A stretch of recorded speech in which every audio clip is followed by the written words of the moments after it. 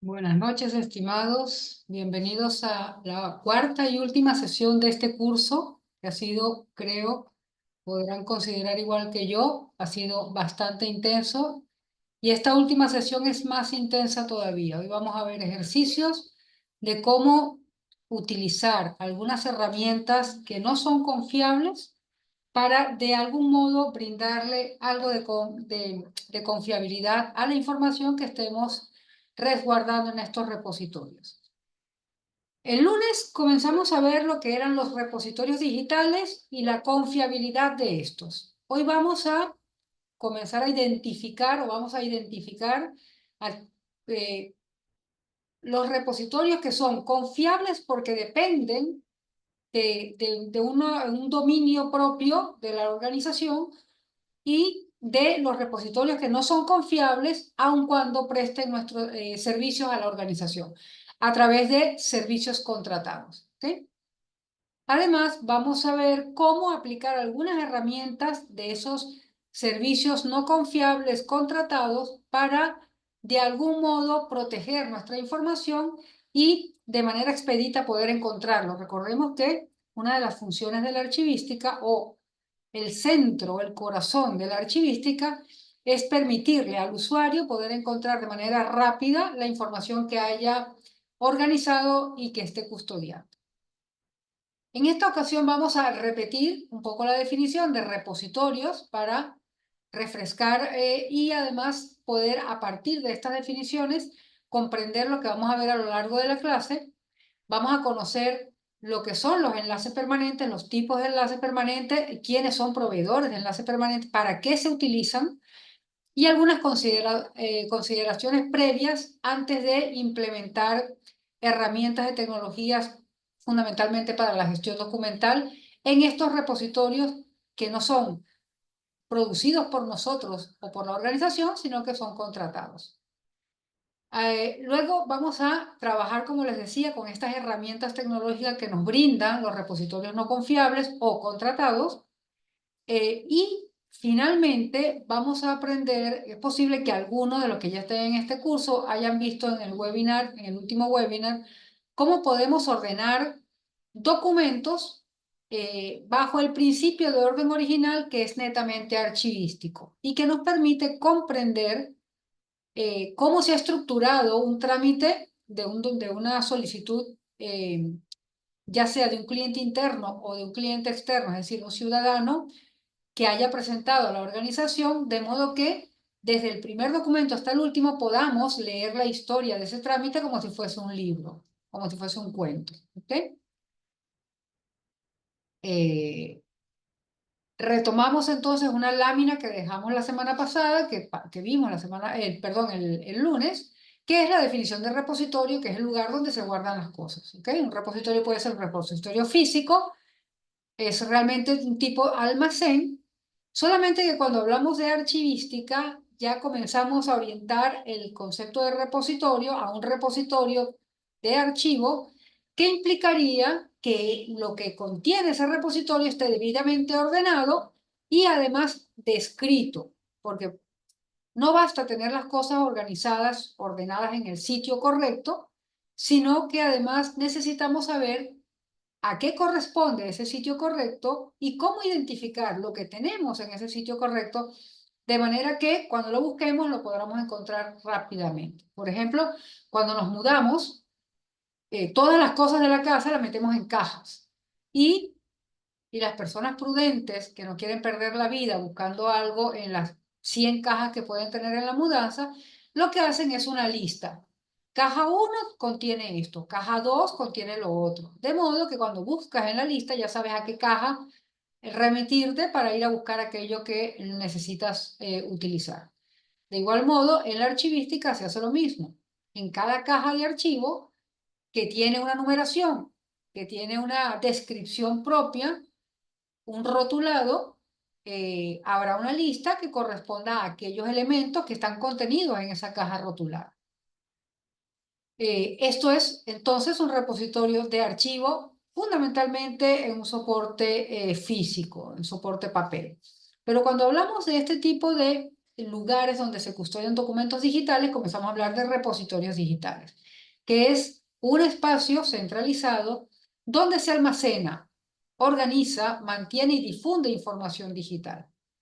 No solamente se almacena, como lo hemos mencionado, de manera en cajitas y rotuladas, sino que debe estar debidamente organizado en cada caja. Se mantiene en un ambiente idóneo. Si fuese el papel, tendríamos que custodiar humedad, temperatura, iluminación, etcétera, etcétera, aislamiento de agentes biológicos, pero en el caso del repositorio digital, implicará aplicar tecnologías de seguridad de la información para garantizar que nadie ingrese indebidamente, no toquen los documentos, no lo alteren. Recordemos lo que vimos en la primera clase, las características propias de los documentos, que aun cuando se consideran en soporte papel, aún más se consideran en un repositorio digital porque no los podemos ver. Están allí y la única forma de verlos es buscando, recuperándolos a través de esos campos de descripción, llamados en un entorno electrónico indización, para poder posteriormente difundir esta información. ¿Okay? Entonces, comprendemos que el repositorio digital es muy semejante al repositorio físico, solamente que las herramientas son distintas, aun cuando manejen la misma definición y el mismo objetivo. ¿Okay? Esta lámina también la vimos el lunes. Hablábamos de qué tipos de repositorios teníamos.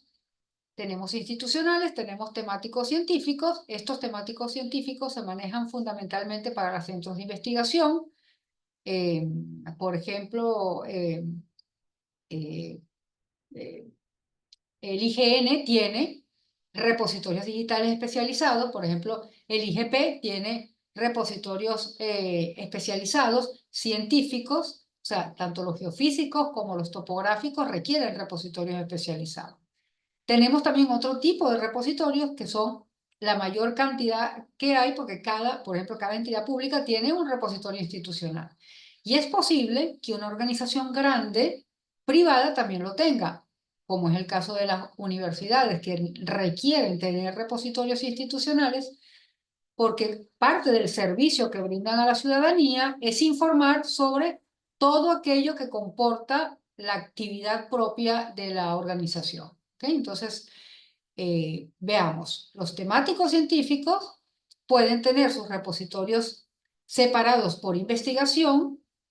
Tenemos por especialidad dependiendo de la especificidad. Por ejemplo, el geofísico tiene diferente contenido documental custodiado que el geográfico. Por lo tanto, aun cuando se parecen por nombre, son especialidades totalmente separadas. Tanto es así que, bueno, también centros de investigación médica, botánica, todos ellos tienen repositorios digitales especializados. Las entidades públicas tienen repositorios institucionales para prestar un servicio. Las universidades tienen repositorios institucionales para prestar un servicio. Entre las institucionales podemos encontrar información sobre investigación, como es en el caso de universidades también. También repositorios de datos. Les mencionaba el lunes que, por ejemplo, Alicia ahora está también generando ese espacio de datos para que aquellos trabajos de investigación tengan su sustento en datos y puedan ser comparados, evaluados y permanentemente verificados para poder generar mayor investigación con el menor error posible. Y esto es un método natural de la investigación, la utilización de datos. De igual modo, las institucionales, las entidades públicas, por ejemplo, necesitan contar con un repositorio patrimonial donde se contiene todo aquella toma de decisiones que está respaldada en dispositivos legales y que conforman su historia. ¿Okay? Entonces, comportan también un repositorio patrimonial donde podremos encontrar hasta documentos que en un momento dado comenzarán a ser históricos. ¿Okay? Pero el fuerte de los organismos fundamentalmente públicos en cuanto a repositorios es aquel que comporta documentos de gestión. Es decir, aquel repositorio que demuestra permanentemente testimonios del quehacer cotidiano de esa organización. Y allí estamos involucrando directamente derechos ciudadanos. Es decir, una entidad pública solamente va a generar documentos y trámites en la medida que un ciudadano, una persona de la calle, le solicite esta tramitación. Y esto implica gestión. En la medida que la entidad va generando documentos para dar satisfacción a esos requerimientos, va a ir alimentando ese repositorio digital. Y que va a ser, como les digo, fundamentalmente gestión y en algún momento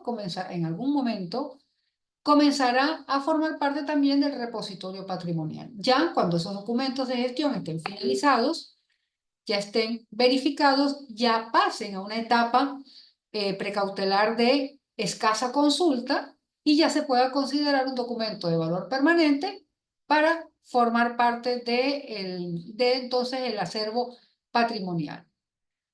A ver, tenemos a Gustavo, nos dice, acá en Nicaragua la norma para expedientes clínicos es de un expediente pasa 5 años en archivo activo, los que tienen más pasan a un archivo pasivo, después pasan 5 años más y luego se desecha. Pero antes hay que asegurar que se digitalicen antes de desecharlo. ¿Qué opinas de esta práctica? Ya como es. Te comento, todos los exámenes, todo lo vinculado a, a expedientes médicos deben tener valor permanente. Te recuerdo, Gustavo, que en el Perú, desde 1972, toda la documentación que la organización señala que deba permanecer 30 años, significa que debe permanecer toda la eternidad. O sea, no podemos eliminar en ese sentido. Pero ¿qué ocurre? Que cuando se genera un expediente médico, un expediente clínico, la persona se estima que pueda durar 60, 70, 80 años. Por lo tanto, va a durar más de los 30 años. Pero no solamente debe durar el tiempo de vida de la persona, sino que además necesita mantener ese historial por un tema de consulta, porque esa persona cuando muere no desaparece su genealogía, es decir, va a generar hijos, nietos y posiblemente se necesite la información de este padre o de este abuelo para futuras consultas, dependiendo también de la condición física de los hijos, ¿no? De los herederos. Además, las historias clínicas o los expedientes clínicos sirven para un tema de investigación. Evidentemente, anonimizándolos, desvinculándolos de la persona para no afectar los datos personales y sensibles, no solamente de la persona, sino de la familia, pero evidentemente es necesario mantener esa información por un tema histórico.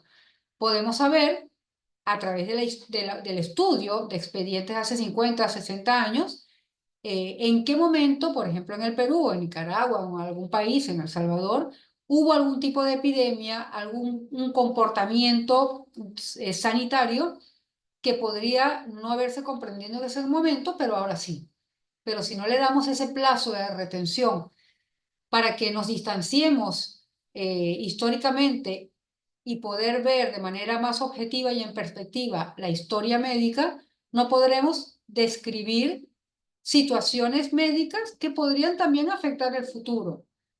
Temas genéticos, temas culturales, por regiones. Nosotros en el Perú tenemos alta montaña. Posiblemente podría haber algún tipo de alteración o un beneficio por la altitud. O sea, ese tipo de elementos, si nos deshacemos de la documentación, perdemos la posibilidad de rastrear no solamente nuestra historia, sino también nuestra condición sanitaria, ¿no? De salud de la población, genética, de herencia, ¿no? De vinculación con otras culturas que pueda hacerle una trazabilidad a través de una evaluación genética.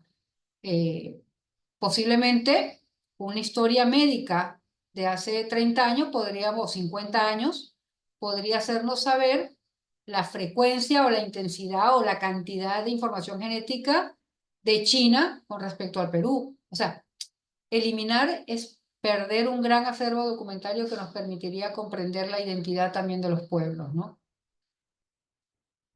En mi institución sí se tiene un ambiente para los archivos físicos. Fantástico, Rocío. Es que debe haberlo, porque como siempre les he dicho, bueno, en estas 4 clases, la documentación es la garantía del derecho ciudadano. Si una organización no custodia esa documentación, tampoco está respetando el derecho ciudadano que en alguna oportunidad le debió haber brindado. Por eso es tan importante custodiar la documentación, porque el hecho de no poder presentar una de estas evidencias a la hora de que un ciudadano no lo solicite, podría estar vulnerando derechos. Y esto implicaría también una sanción administrativa a la organización que no lo haya custodiado, porque indirectamente está vulnerando este derecho, ¿ok? Está restándole o quitándole el control o poder de la propia vida al ciudadano, ¿ok? Entonces, es muy importante la custodia de la información, que en papel se puede comprender. En papel, nosotros a golpe de ojo, simple vista, uno puede decir, oye, este documento o esta área del repositorio o del archivo, la documentación se está poniendo amarilla, se está poniendo quebradiza, está como muy maleable.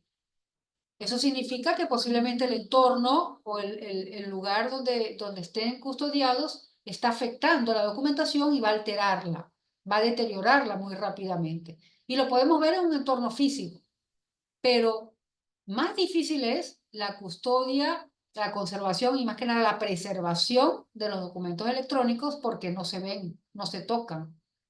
Eso solamente podríamos saber que un documento se daña cuando ya esté dañado en un entorno electrónico. De ahí vienen algunas medidas de preservación digital, que de algún modo, no sé si alguien estuvo ayer presente en mi ponencia, pero hay 4 herramientas para la preservación digital en un entorno electrónico para evitar el deterioro. En soporte papel podemos percatarnos del daño y tomar medidas con restauración. En un entorno electrónico no podemos restaurar, solamente podemos prevenir. ¿Okay? No lo habías visto desde ese punto de vista, a ver qué cosa, el de archivos médicos, sí, es importantísimo. Hay algo importante. El hecho de que nosotros seamos gestores documentales vinculados a la gestión no significa que debamos perder la vista, la mirada de lo histórico. No somos historiadores, nosotros le damos muchísimo énfasis al derecho ciudadano, no a la historia, pero siempre con vista a la historia, porque eso que estamos defendiendo por un tema de derecho va a terminar siendo histórico, ¿ok? Y además porque esa custodia que hagamos en este momento va a evitar que suceda lo que estamos viendo en nuestros archivos históricos, que los tenemos incompletos, destruidos, deteriorados, extraviados.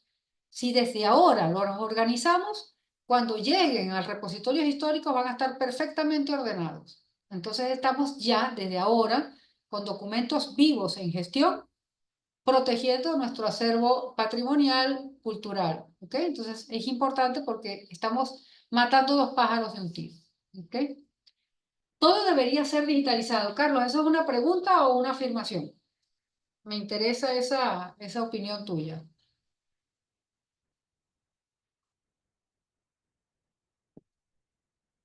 Ah, pregunta, perfecto. A ver, sabemos que los repositorios físicos implican alquiler de un espacio, contratación de personal, muchísimo tiempo para organizar los documentos, muchísimo tiempo para vigilar que no se deterioren, para darle conservación, sacar las grapas, cambiárselas, acomodar el folder. Uy, el folder está feo, lo cambiamos. Necesita recursos. Pero les aseguro que la custodia y preservación de los documentos en un entorno electrónico son muchísimo más costosos. Entonces, como respuesta, Carlos, yo te diría que depende. ¿Depende de qué? De la utilidad de la serie documental, del alto nivel de consulta que tenga la serie documental. Luego, si tiene un alto nivel, alta intensidad de consulta, ¿los documentos de qué valor son? ¿Temporales o permanentes? ¿Son relevantes? Si son relevantes, digitalizo de inmediato. ¿Para qué? Para custodiar el original, custodiarlo, porque es el original y el digitalizado nunca va a tener valor legal, a menos que le apliques valor legal. Pero aún así va a ser la copia legal. El original siempre va a ser el papel. ¿Ok?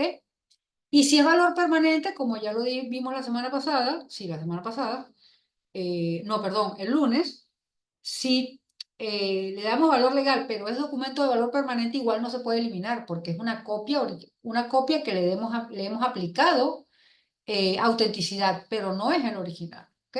Documentos de valor permanente, aun cuando se digitalicen con valor legal, deben permanecer. Pero luego, el tema es, si es de valor temporal, ¿qué tanta necesidad tendríamos de digitalizarlo si no tuviese una alta demanda de consulta?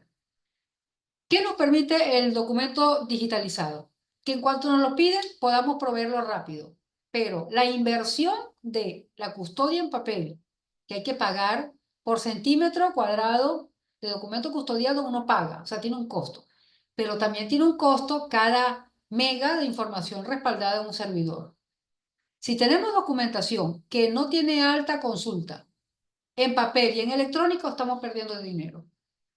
Si tengo documentos de valor temporal con alta consulta, posiblemente puedo digitalizarlo y puedo posteriormente eliminar el papel y puedo quedarme, si queremos, con el electrónico o viceversa. Podemos eliminar el electrónico, que no tiene valor legal, pero nos quedamos con el que tiene valor legal durante el tiempo de retención que indique en la tabla de valoración.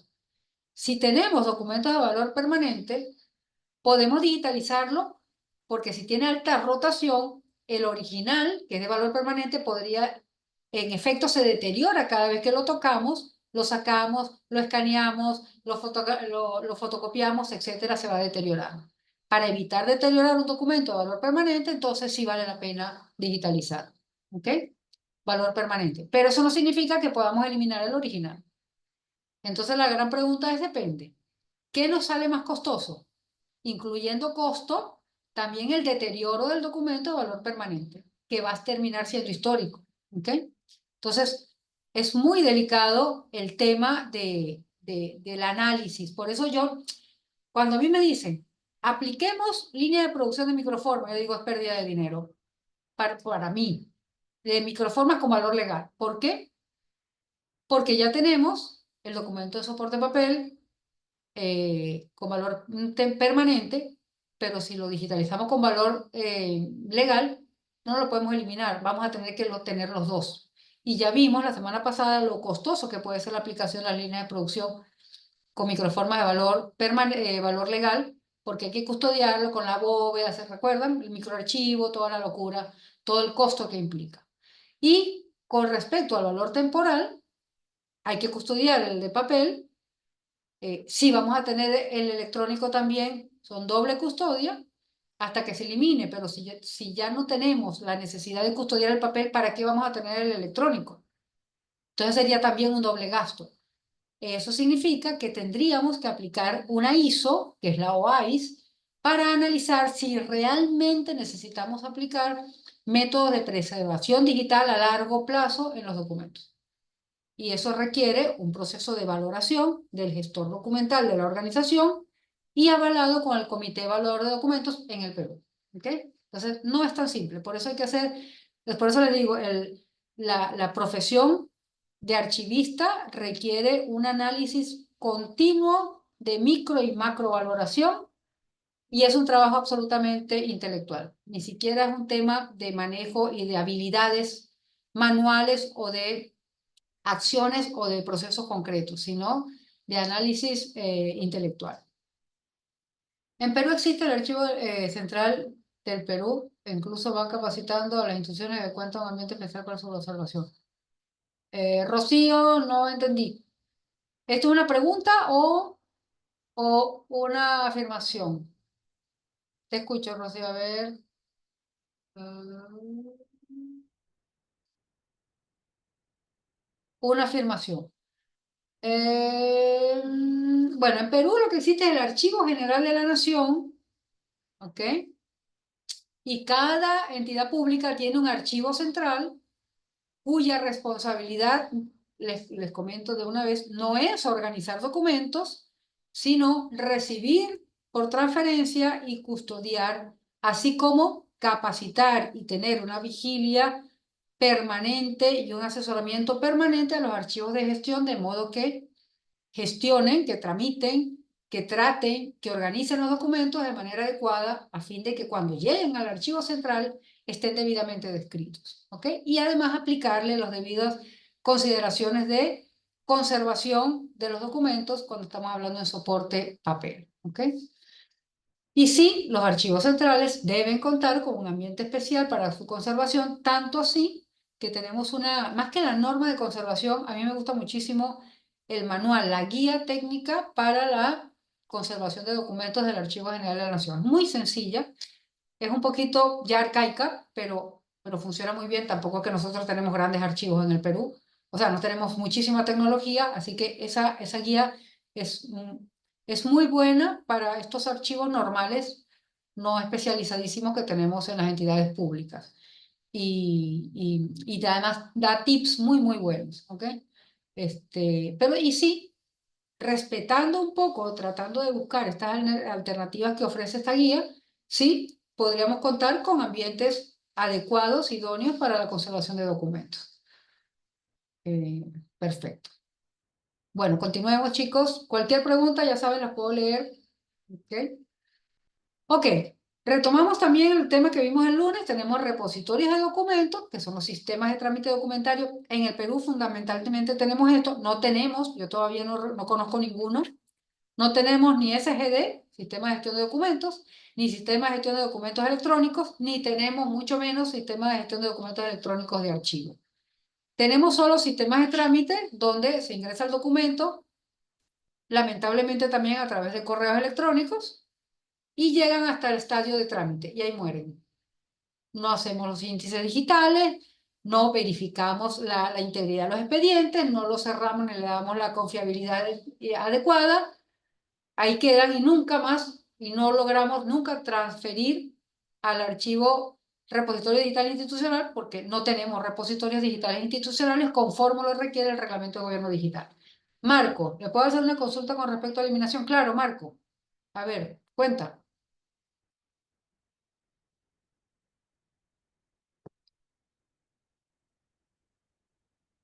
Bueno, mientras tanto, mientras Marco escribe la consulta, tenemos, además del repositorio de documentos, tenemos, por ejemplo, en el Perú, el repositorio de investigación Alicia, donde todas las universidades alimentan este repositorio, que a la vez se comparte en el repositorio, la referencia, que es latinoamericana, y esto se va a nivel mundial, ¿ok? Y tenemos repositorios en la nube, con el cual vamos a trabajar ahora, que por ejemplo Google Cloud, OneDrive, todas funcionan más o menos lo mismo, son repositorios en la nube no propietarios, son de son de alquiler, ¿ok? De servicio contratado, y vamos a ver las garantías que estos servicios nos brindan, ¿ok? Repositorios confiables. Aquí empieza el tema álgido y empiezan las dudas, pero aquí vamos eh, a saber cómo manejarnos frente a aquellas herramientas que cada una de nuestras entidades nos brinda y saber hasta qué punto podemos confiar, ¿ok? Un repositorio digital confiable se define como aquel cuya misión es proporcionar a sus clientes, nosotros, acceso confiable y a largo plazo a recursos digitales administrados, ahora y en el futuro. Miren que hace a largo plazo y reitera, ahora y en un futuro. Es decir, no es que yo contraté el servicio hoy, lo tengo mañana, el año que viene y dentro de 2 años ya no lo tengo. Recordemos que toda esa documentación que vamos alimentando en repositorios, si son alquilados, estaremos atados permanentemente a ese repositorio para poder seguir consultando esa información. De ahí la medida que toma el gobierno peruano de decir, sistemas de gestión documental tienen que hacer a las entidades. Nada de estar comprando nada de entidades privadas, porque a la hora de que no le pagues, te limitan el acceso. Y es tu documentación. ¿Ok? Entonces, es un tema bien delicado. Sucede también con los repositorios o los almacenes de documentos donde uno alquila un espacio, pero quien gestiona esa documentación no son nuestros archivistas, son los empleados de ese repositorio al que estamos alquilando. Es muy, muy delicado. Yo les tengo terror a esos servicios internacionales porque al final ellos son los que están tocando nuestra documentación y nuestra documentación puede tener datos sensibles. ¿Cómo puedo yo confiar en la manipulación de un ajeno que podría ser un operario que no sepa de archivos. Entonces, es un tema muy delicado. Y porque además, generalmente, estos repositorios no están en lugares idóneos, en un clima idóneo, sino que están en el Callao, están pegados al mar, donde hay humedad, donde le pega sol, o peor aún, están en galpones. No están en la estructura, en la infraestructura que requieren todos los archivos, que son lugares cerrados, con material noble, protegidos de la humedad, que no estén ni en la azotea ni en el sótano, que estén en espacios reservados o pequeños para el control. En el caso de que haya un incendio, puedes controlar por espacio. Es decir, hay una serie de condiciones para la custodia, ¿ok? Entonces, es igual entonces en la custodia del entorno electrónico que el entorno papel, ¿ok? El tema del alquiler, ya sea en físico, ya sea en electrónico, hay que tener mucho cuidado con eso para nunca perder la gobernanza de nuestra información. ¿Qué requerimos tomar en cuenta para la contratación de repositorios? O considerar o evaluar que realmente ese repositorio puede brindarnos un servicio a largo plazo.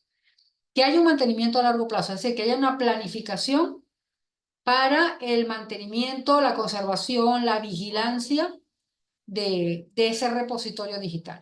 Como en el caso, por ejemplo, del entorno físico. Tenemos un personal de limpieza que limpia todo el archivo y cuando termina, comienza otra vez. Eso es un mantenimiento a largo plazo. Garantiza que todo esté impecable permanentemente. No es que cuando esté sucio llamamos a la señora o a la empresa de limpieza, no. Permanentemente. De igual modo, el tratamiento electrónico tiene que ser. Hay que limpiar los logs, verificarlos, depurarlos, conservarlos. ¿Ok? Luego la sostenibilidad, lo que les decía, el recurso económico. Tengo para este año y para el próximo, ya veré el otro año. Y si en el otro año no tenemos recursos, si viene una crisis económica, luego ¿cómo lo mantengo? Todo esto hay que analizarlo a mediano y largo plazo. Que pueda permanecer la información siempre en el mismo sitio, que yo pueda acceder un documento hoy y que por el mismo enlace yo pueda ubicarlo dentro de 5 años. Entonces serían enlaces confiables, enlaces permanentes. Eso te brinda un repositorio confiable. A ver, ya estamos empezando a ver lo que vamos a encontrar ahora con esos repositorios contratados que no son confiables. Son útiles, pero no son reutilizables. Homologación del tratamiento. Importante que en los repositorios todo el servicio maneje los documentos de la misma manera. De ahí viene la homologación del tratamiento archivístico en la gestión documental.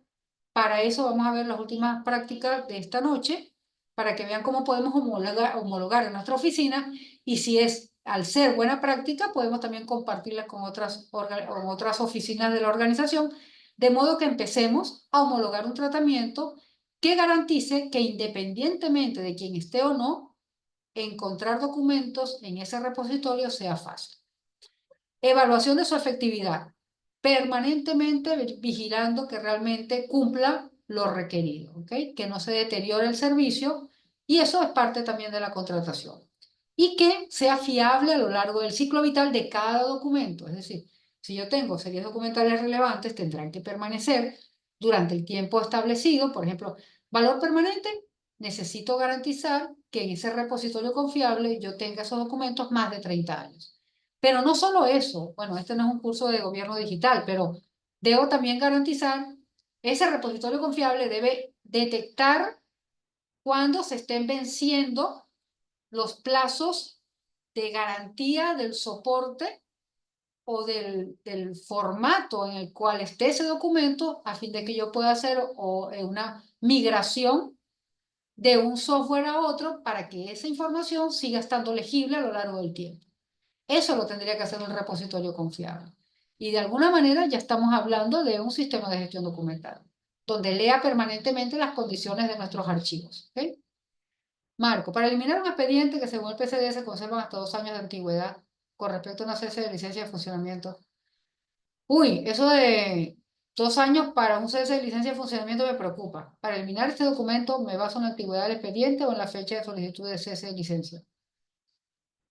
Mira, habría que ver la condición de que diga la norma sobre licencia de funcionamiento, pero recuerda que los procedimientos, los procesos sancionadores, los procesos de ejecución coactiva duran años, ¿ok? Si hay una licencia de funcionamiento que han solicitado hoy, lo han otorgado en el tiempo que el TUPA lo ha indicado, lo han notificado y a partir de ese plazo de notificación comienza el plazo precautelar en archivo de gestión. Si esa notificación implica, recuerda que esa licencia de funcionamiento se renueva y que no es que es una licencia de funcionamiento que se venció y se acabó. Esta licencia, si se renueva, genera un expediente de ese inmueble, de ese local comercial. Entonces yo necesito conocer la historia de ese local comercial. Si yo tengo una licencia de funcionamiento, comete una irregularidad, le quito la licencia, después piden otra licencia, ¿cómo sé yo si tuvo irregularidades antes o no? La historia del local comercial yo necesito saberlo. Yo necesito saber si tuvo un amago de incendio, si tuvo alguna irregularidad en la construcción. Es decir, 2 años para mí es una locura. 2 años en archivo de gestión después de la finalización del expediente. ¿Ok? Y después se continúa la custodia de esos documentos.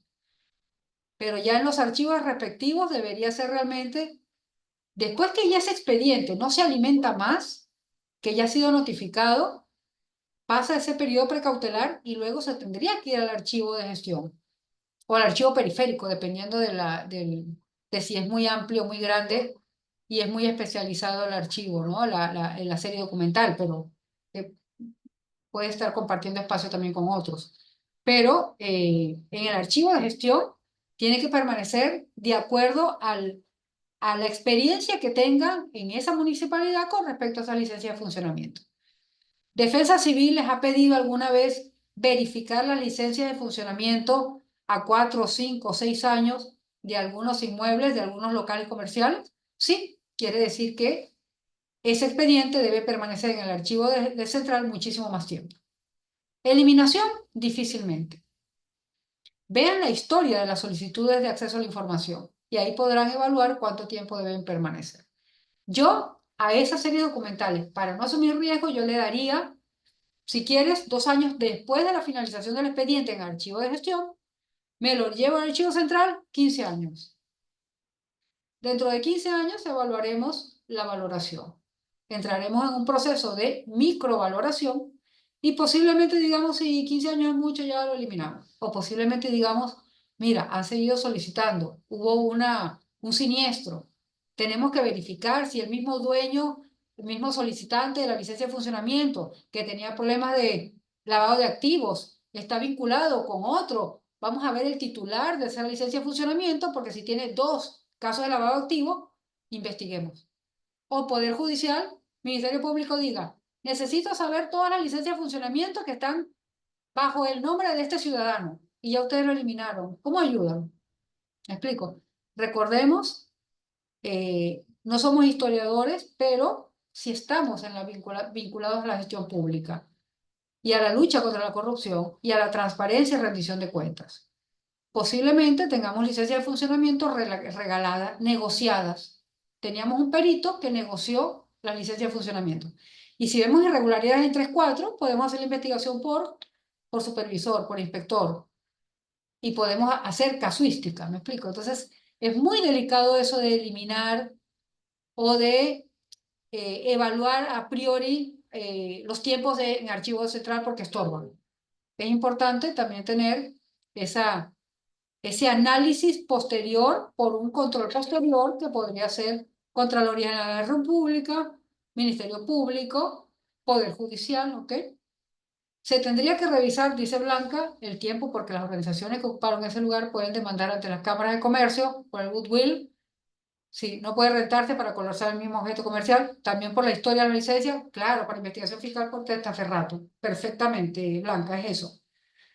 Un tema de lavado de activos lo vas a ver en años, en años. Y puede haber una vinculación gigantesca que no lo ves ahora, lo vas a ver en perspectiva. Miremos lo que está pasando ahorita con nuestra política. Cosa de años, ahora es que están saliendo. Ahora, porque al final, con el tiempo se cometen errores y empezamos a hilar, ¿no? Las irregularidades y empezamos a unir cosas, pero en el tiempo. Para eso es la documentación. Perfecto, Blanca, así es. Esa es nuestra historia latinoamericana. Pero una vez vencido la vigencia de la licencia, ya viendo una nueva vigente, ya podría eliminarse. El tema es quién fue el solicitante de la licencia. Evaluarlo. Eso hay que verlo también. Hay un elemento fundamental en la valoración: la frecuencia de consulta de la documentación. Si tú ves que hay una serie documental que tú definiste que en 5 años eliminas, pero siguen solicitándolo al año 4, no lo puedes eliminar en 5 años. Cuando ya tú veas que han pasado 2, 3 años que nadie no lo solicita, entonces empieza a considerar la valoración para la propuesta de eliminación, para que después no te encuentres con la sorpresa de que era necesario para evidenciar una irregularidad. Quizá me equivoque, pero parece que algunos creen que con registrar en un Excel o un Excel escaneado quieren desaparecer los documentos físicos y no es así. Es más, los documentos más antiguos tienen que tener más cuidado, porque cuando va la gente a supervisar, te pide cuál es el documento más antiguo que tiene y observa el cuidado que le das, claro. Y documentación que pueda darse una investigación con más razón, debería, claro. Hay un tema, nosotros podemos querer eliminar todo, pero al final tenemos un hermano mayor, que es el Archivo General de la Nación, que dirá, esa documentación tendrá los años que tú consideres, que el comité evaluador ha dicho que sí puede eliminar, que es inútil, pero si yo considero, como el padre de todos los documentos, que esta documentación hay que custodiarla, y así estorbe, hay que custodiarla. Y no solo eso. Hay un tema valiosísimo en la norma de eliminación que me encanta, que dice, cuando vaya el supervisor de la GN para evaluar la documentación que van a eliminar, así sea que ya no sirve pero para nada. ¿Por qué? Porque ya perdió su función fiscal, contable, legal, jurídica, testimonial, todo. Si ve que los sacos donde los tienes custodiados están en malas condiciones, están sucios o ubicados en un lugar incorrecto, te devuelve el expediente y bueno, buscan sancionarte, no pueden porque no pueden ser, no pueden ser juez y parte, pero te echan para atrás el expediente porque dicen, así el documento sea, como llamamos en el Perú, sean documentos innecesarios propuestos para eliminar, no puedes tenerlo en malas condiciones. Deben estar en un lugar idóneo, protegidos, por si acaso el Archivo General de la Nación considere que no son documentos susceptibles de eliminación. Entonces tienes que darle un tratamiento adecuado. ¿Ok? Tienes que conservarlo en buen estado, así ya no te sirvan. Tienen que estar perfectamente descritos, conservados y, si ya los tienes en sacos o en costales, debidamente organizados, de modo que casi con los ojos cerrados te digan, necesito el paquete 34 y tú en 2 segundos sepas en cuál de los costales está el paquete 34, a qué nivel del saco y que puedas casi con los ojos cerrados sacarlo. Si no lo haces de esa manera, ya el Archivo General de la Nación empieza a oler mal y le dice, ya va, esta gente no sabe ni qué ha hecho. Y pueden echarte para atrás el expediente. Así que mucho cuidado con eso. He visto casos donde ya documentos propuestos para eliminar que el Archivo General de la Nación ya ha aprobado y sale por ahí después de 10 años un ciudadano que dice, ay, yo quiero ese documento y ya está en el inventario de eliminación aprobado y lo tienes que sacar. Lo tienes que sacar para proveer la información, porque todavía no se ha generado la resolución jefatural. Y aun cuando se genere la resolución jefatural, la recomendación siempre es sacarlo, proveerlo y porque a alguien le interesó ese documento, custodiarlo. Advertir al Archivo de la Nación, decir, mira, esta documentación la han solicitado. Posiblemente, después de tanto tiempo, vaya a ser llamado a un procedimiento judicial, un proceso judicial. Así que lo tengo aquí reservado por si acaso. ¿Ok? Necesitamos permanentemente una microvaloración. En Perú no se habla de esto, en Colombia sí, pero necesitamos considerar permanentemente la microvaloración. En Colombia, cuando se aprueba la eliminación por el Comité Institucional de Gestión, que para nosotros es el Comité Evaluador de Documentos y Desempeño, debe publicarse en la página web de la entidad el inventario de la documentación a eliminar durante 9 días para que la ciudadanía se manifieste. E igual mantenerse intactos los archivos porque si no se aprueba por la ciudadanía, mira, a ustedes no los aprueba la GN, sino la ciudadanía. Mira, qué distinto. Pero qué bueno, En efecto, nosotros también, cuando el Archivo General de la Nación aprueba una eliminación, primero la publica en, en la página de transparencia del Archivo General de la Nación. Y yo, cuando he sido coordinadora de Archivo Central, he generado portales archivísticos donde la ciudadanía ingresa al portal y encuentra toda la información del Archivo Central, inclusive todas las resoluciones de facturales de la AGN, todos los informes, todos los ITEA, que son los informes técnicos de evaluación de los archivos, el PATA, toda esa información está allí para que el ciudadano pueda ver lo que hay y lo que no hay. Eso se llama servicio activo. No esperar que el ciudadano te pida algo, sino que tú lo provees antes de que tú lo solicites. Perfecto, Blanca, ya entendí por qué el Archivo General de la Nación de ustedes no se mete. Es porque le otorga el privilegio al ciudadano. Perfecto. Claro, ahí el tema es que asume más la responsabilidad de la entidad, mientras que nosotros de algún modo le podemos, de algún modo, achacar la responsabilidad también al Archivo General de la Nación.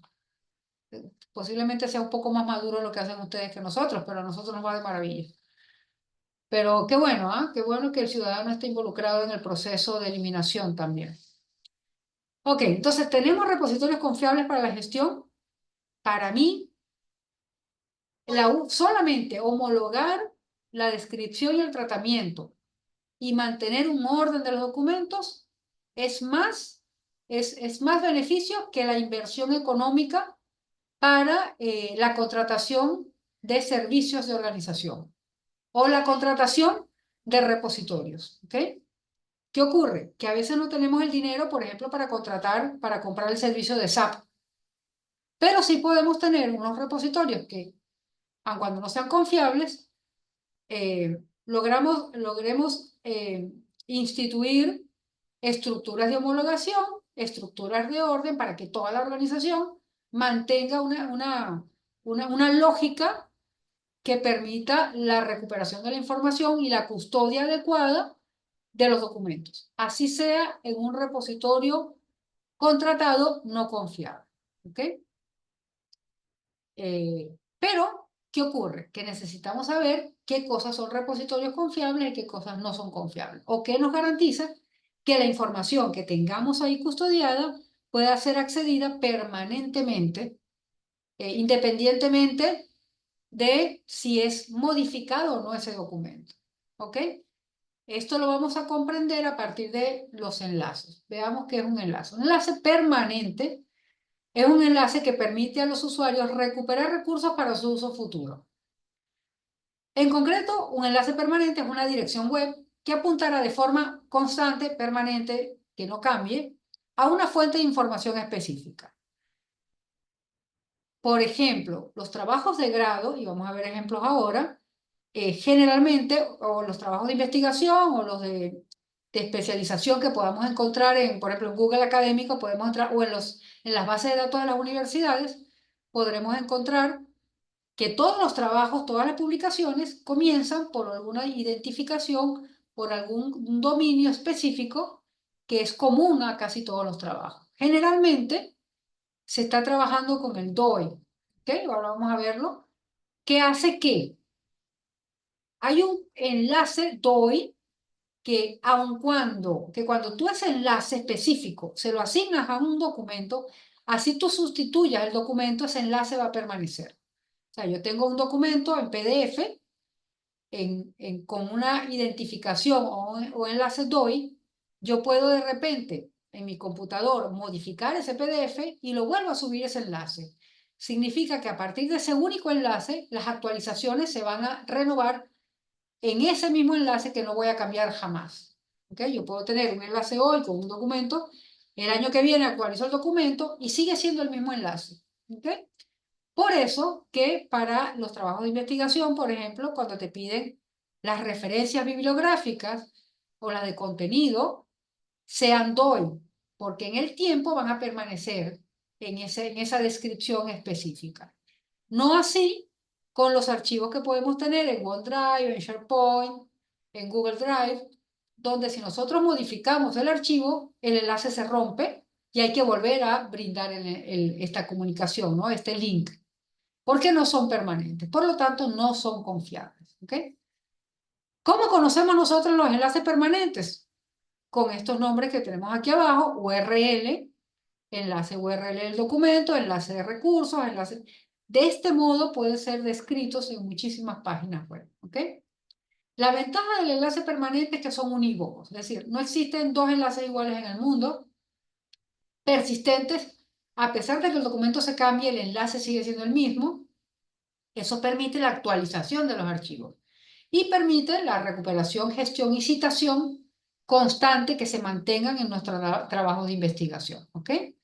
Y están directamente vinculados siempre, siempre a dominios, a páginas web.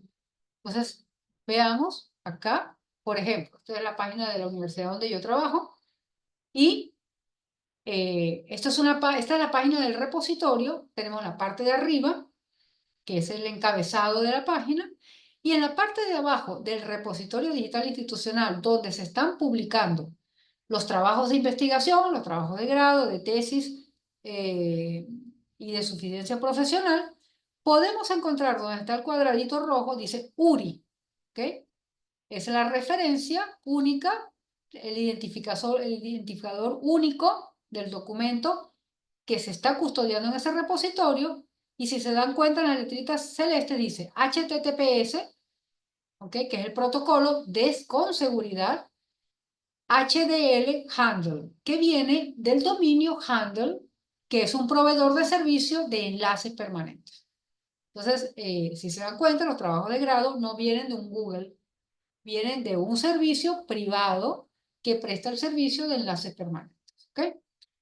Si este trabajo de investigación tuviese que hacérsele alguna actualización, este URI va a permanecer, lo que significa que si este URI, si este enlace se coloca en un trabajo de investigación como referencia, nunca se va a romper. Esto significa entonces que el enlace es permanente, ¿ok? Que es útil, ¿ok?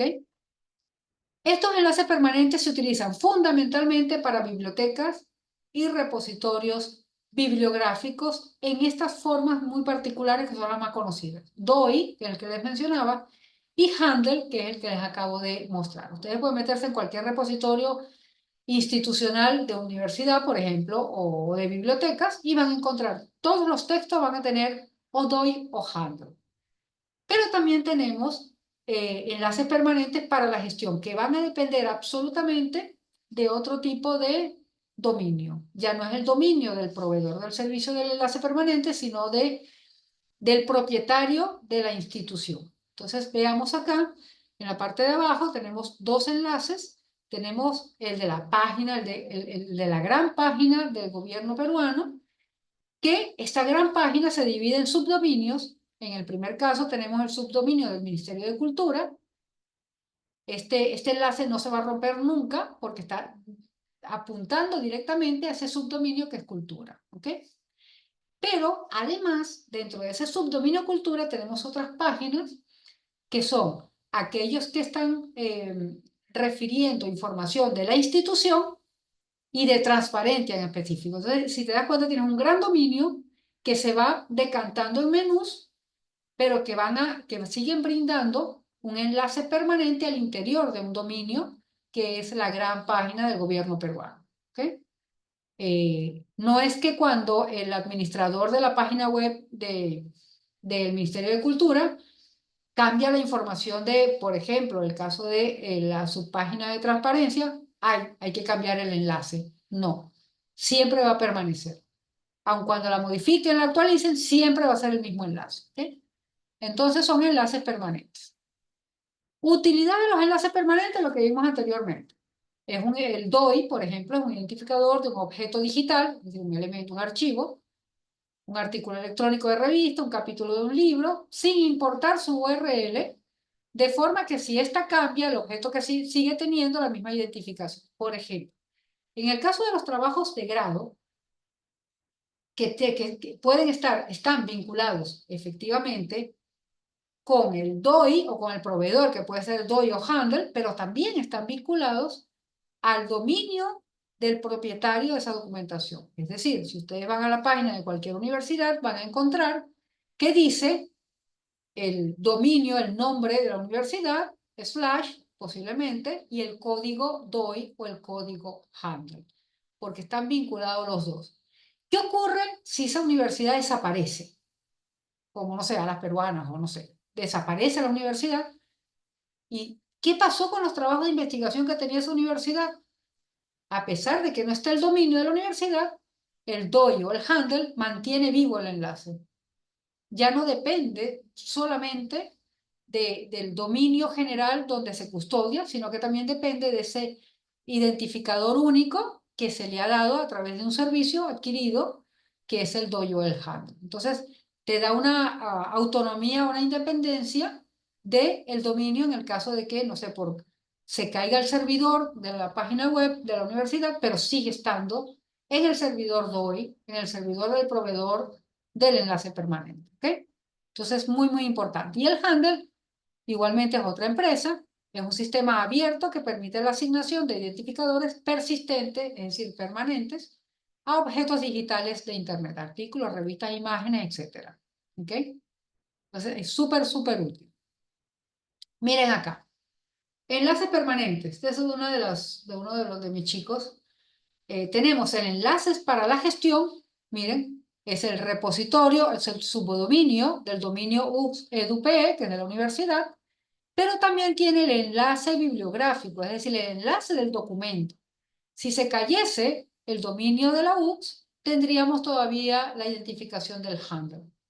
Entonces, permite mantener la autonomía del documento independientemente del repositorio. ¿Ok? Es interesantísimo esto. Entonces, ¿dónde podemos encontrar los enlaces de dominio? En las páginas web, en la parte de arriba, el enlace de URL. ¿Ok? Pero miren acá. Seguimos con los enlaces permanentes. Que vimos acá, miren acá, este de go.pe, que es de gobierno, miren, en una entidad privada. Tenemos el dominio de la universidad, que puede ser cualquier, la UNI, UCB, etcétera, etcétera, slash nosotros. ¿Nosotros qué es? Una página del dominio de la UX. Y sigue siendo enlace permanente. Además, dentro de nosotros hay otra subpágina que habla de nuestros pilares y al mismo nivel que nosotros tenemos otra página que habla de la internacionalidad. Entonces, ¿qué ocurre? Estos son todos dominios permanentes. No cambian aun cuando la información pueda cambiar. Aun cuando la página, la estética, el template cambie, siempre vamos a tener ese vínculo para acceder a ese punto específico que la universidad ha querido difundir. ¿Ok? Pero hay otro elemento. Nosotros tenemos dominios de nuestras entidades públicas o privadas, pero también utilizamos recursos como son los servicios contratados de Drive.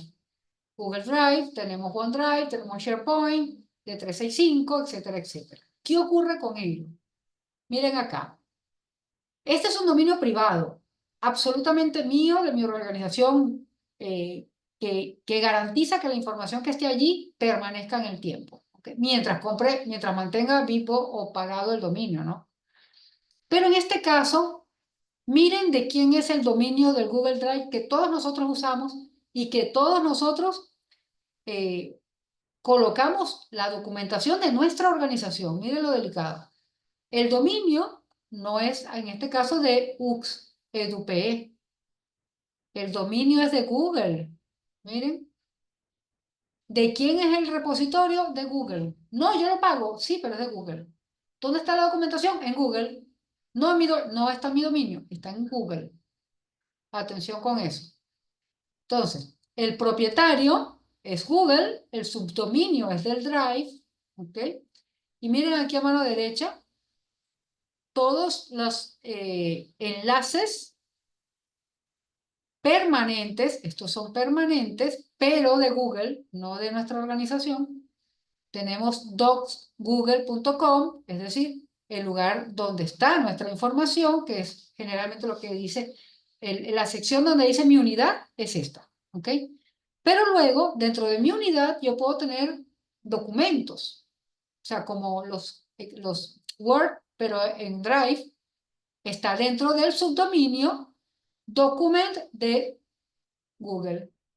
Pero también puedo tener mis hojas de Excel, que son los spreadsheets de Drive, están en el spreadsheet ¿de quién? De Google. Uy, no veo el, ok, de Google. Igual nuestros PPTs, que son de Google, ¿están dónde? En Google, pero en el subdominio de presentaciones, ¿ok? Los formularios que yo puedo tener en mi, bueno, no tenemos formularios, lo teníamos con una herramienta que ya no tiene, por ejemplo, Office, pero los tenemos, nuestros formularios, ¿quién lo tiene? Google, ¿ok? Y el Drive, que es mi Drive, mi gestor de información, que viene siendo el Drive, es Drive, My Drive. Pero es My Drive, ni siquiera dice UX Drive, ¿ok? Entonces, son enlaces permanentes, pero de un dominio que no es nuestro, ¿ok? Y aquí estamos nosotros custodiando nuestra información. Entonces, ¿qué ocurre? Ya tenemos el Drive, sabemos que hay que utilizarlo. De todos modos, siempre tengamos aquello valioso en nuestro dominio propio, no propio de nosotros, sino de nuestra organización, por si acaso, porque recordemos, estos servicios se contratan, ¿ok? Por fortuna, en el Perú, si hay una garantía de que no toquen irremediablemente, o sea, que no vendan nuestra información, hay que tener cuidado con eso, pero generalmente ya se respeta, ¿no? La confidencialidad. De todos modos, yo recomiendo no colocar en estos drive documentos con información ni personal ni sensible. Y si tenemos información personal y sensible, recordar, aquellos que estuvieron en la charla de ayer, registrar su base de datos en el banco de datos que registra la Autoridad Nacional de Banco de Datos Personales del Perú para tener una protección extra frente a la utilización, la malutilización o venta de los datos personales de la gente, de nuestros ciudadanos, ¿ok? Y seguramente en todos los países hay unas herramientas similares, ¿ok? Entonces, la gran pregunta es, no tenemos repositorio digital, o a lo mejor sí lo tenemos, pero tenemos muchísima documentación en nuestro Drive. Tenemos dos formas de mantener ordenados nuestros documentos. A través de la reutilización de datos, fundamentalmente usando el Drive, o organizando. Esta reutilización de datos se da fundamentalmente en el tipo de dato estructurado, que viene siendo la documentación en datos propiamente dicho a través de formularios. Es decir, no tienes piezas, objetos de información, como puede ser un PDF, sino que tienes datos en sí, que se recopilan a partir de formularios fundamentalmente. Recordemos que PDF es un objeto, es un dato no estructurado, por lo tanto, él solo no puede mantenerse enlazado en ningún expediente. Necesita siempre un formulario que enlace el objeto, el PDF, a un instrumento de indización, es decir, un descriptor que permita ubicar dónde está ese objeto de información o ese PDF en el servidor que tengamos, ¿ok? Por ejemplo, nuestros formularios, donde podemos elaborar todo un instrumento que al final solicitemos el agregado de un PDF, todo ese formulario que hemos llenado previamente va a permitir vincular ese objeto que cargamos al formulario de los datos fundamentales del formulario. Entonces eso va a permitir administrar datos semiestructurados. Esto es otro curso, pero se los digo como para que, porque es bien interesante. Datos semiestructurados es la combinación de formulario con PDFs que estemos sumando o agregando a partir de un campo de indización o un campo que vincule ambos elementos, ¿ok? Entonces, dos modos, reutilización de datos a través de formularios y ordenamiento de estos objetos no estructurados o estos datos no estructurados que podrían ser PDFs por principio de orden original en carpetas. Estos dos modos los vamos a ver esta noche, ¿ok? A ver, que tengo preguntas.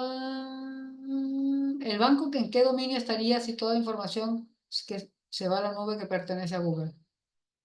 El banco, ¿en qué dominio estaría? ¿El banco de qué? ¿Del banco de datos? El banco de datos, ¿en qué dominio estaría si toda la información se va a la nube?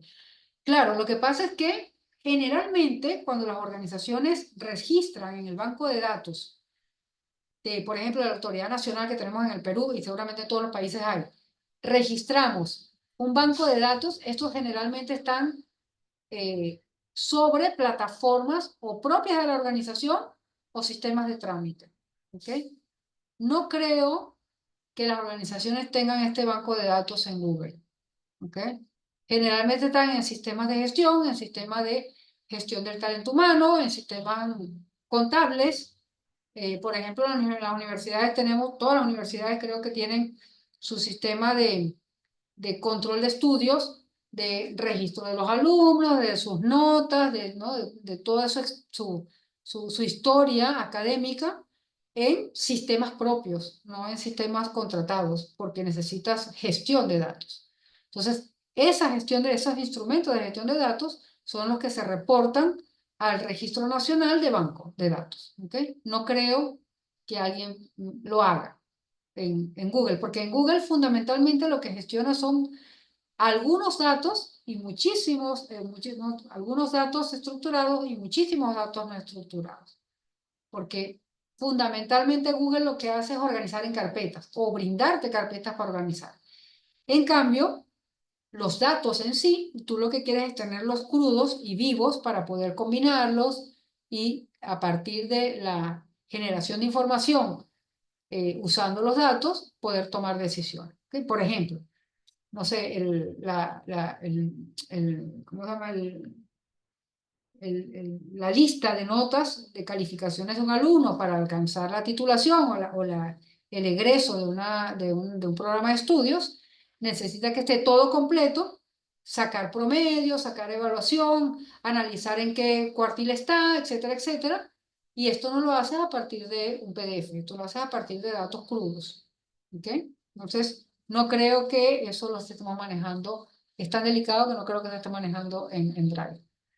En el caso de tener un espacio de almacenamiento en la nube de Azure y crear en él carpetas compartidas por dependencia y en ellas su carpeta correspondiente a la serie, ahí el dominio sigue siendo Google, el proveedor el dominio sigue siendo de ellos, a menos que tengas tu sistema de carpetas. Pero eso tú lo puedes ver perfectamente, tú abres tu nube y mira lo que dice en el enlace. Y en el enlace tú sabrás si depende de ti o si depende de un proveedor ajeno, foráneo.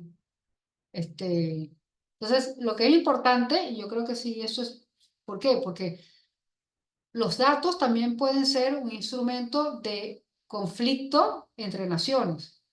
Si yo tuviese una broncaza con los Estados Unidos, o sea, Perú tuviese una broncaza con los Estados Unidos, y declaramos la guerra, lo primero que haría Estados Unidos es te bloqueo el servidor y además todos estos datos son míos. Ay, la canción, perdimos todo. ¿Me explico? Entonces, hay que analizar también la realidad geopolítica de las naciones, etcétera, etcétera. Por eso es tan riesgoso darle el poder absoluto a una sola nación, por muy poderosa que sea, siempre hay que tener distribuidas los huevitos, tenemos que distribuirlos en varios sitios como la recomendación de cuando tienes una actividad productiva, si centras toda tu inversión en una sola actividad y quiebra, te fregaste. Debe tener dos o tres porque si una quiebra, con la otra puedes vivir.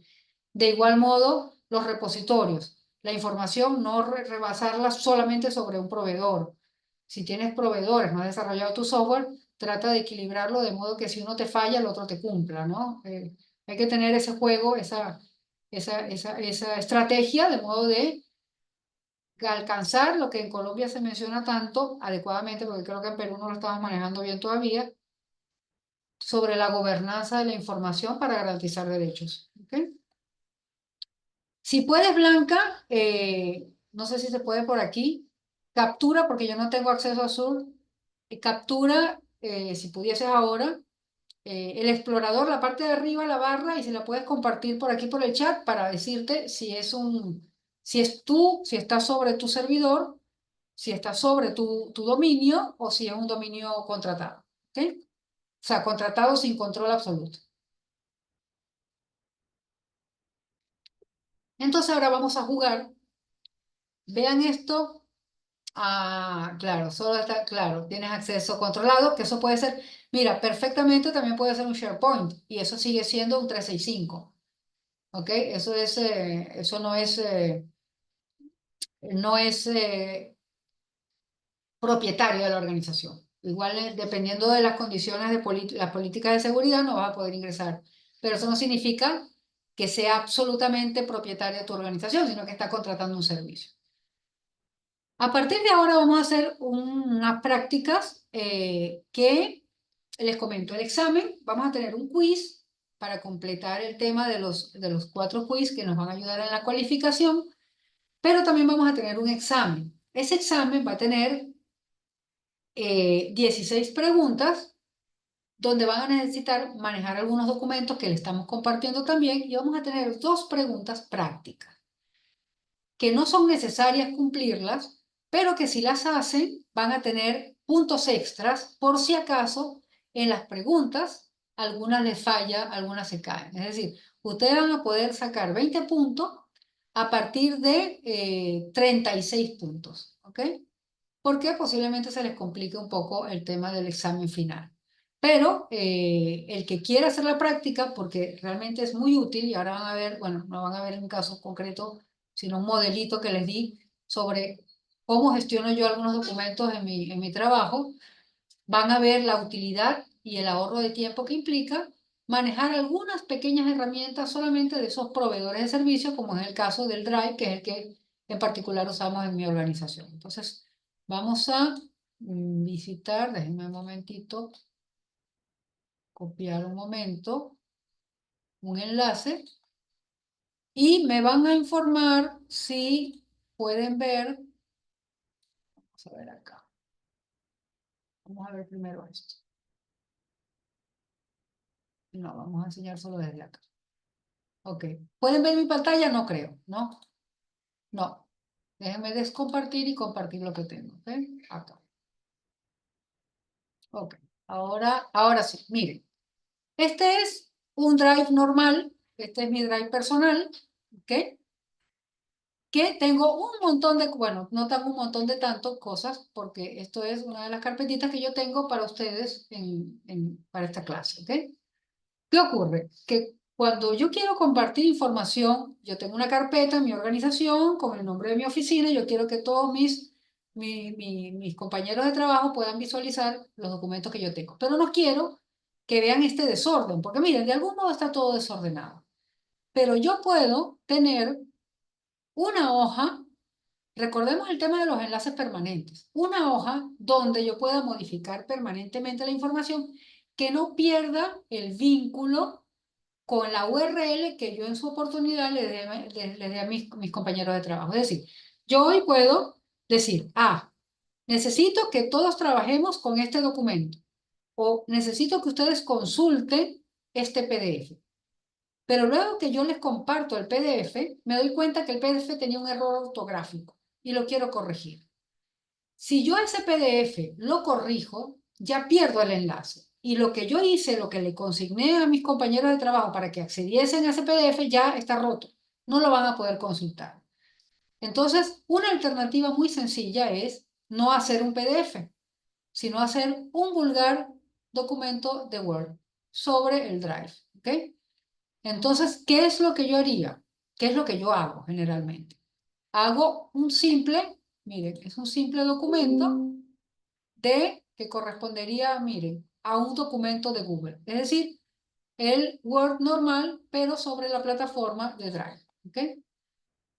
Si yo les comparto a mis compañeros de trabajo este Word, pero se los comparto únicamente como consulta, va a fungir igualito que un PDF, pero con la posibilidad de que si yo modifico, este enlace va a permanecer vivo, va a permanecer de algún modo permanente. ¿Ok?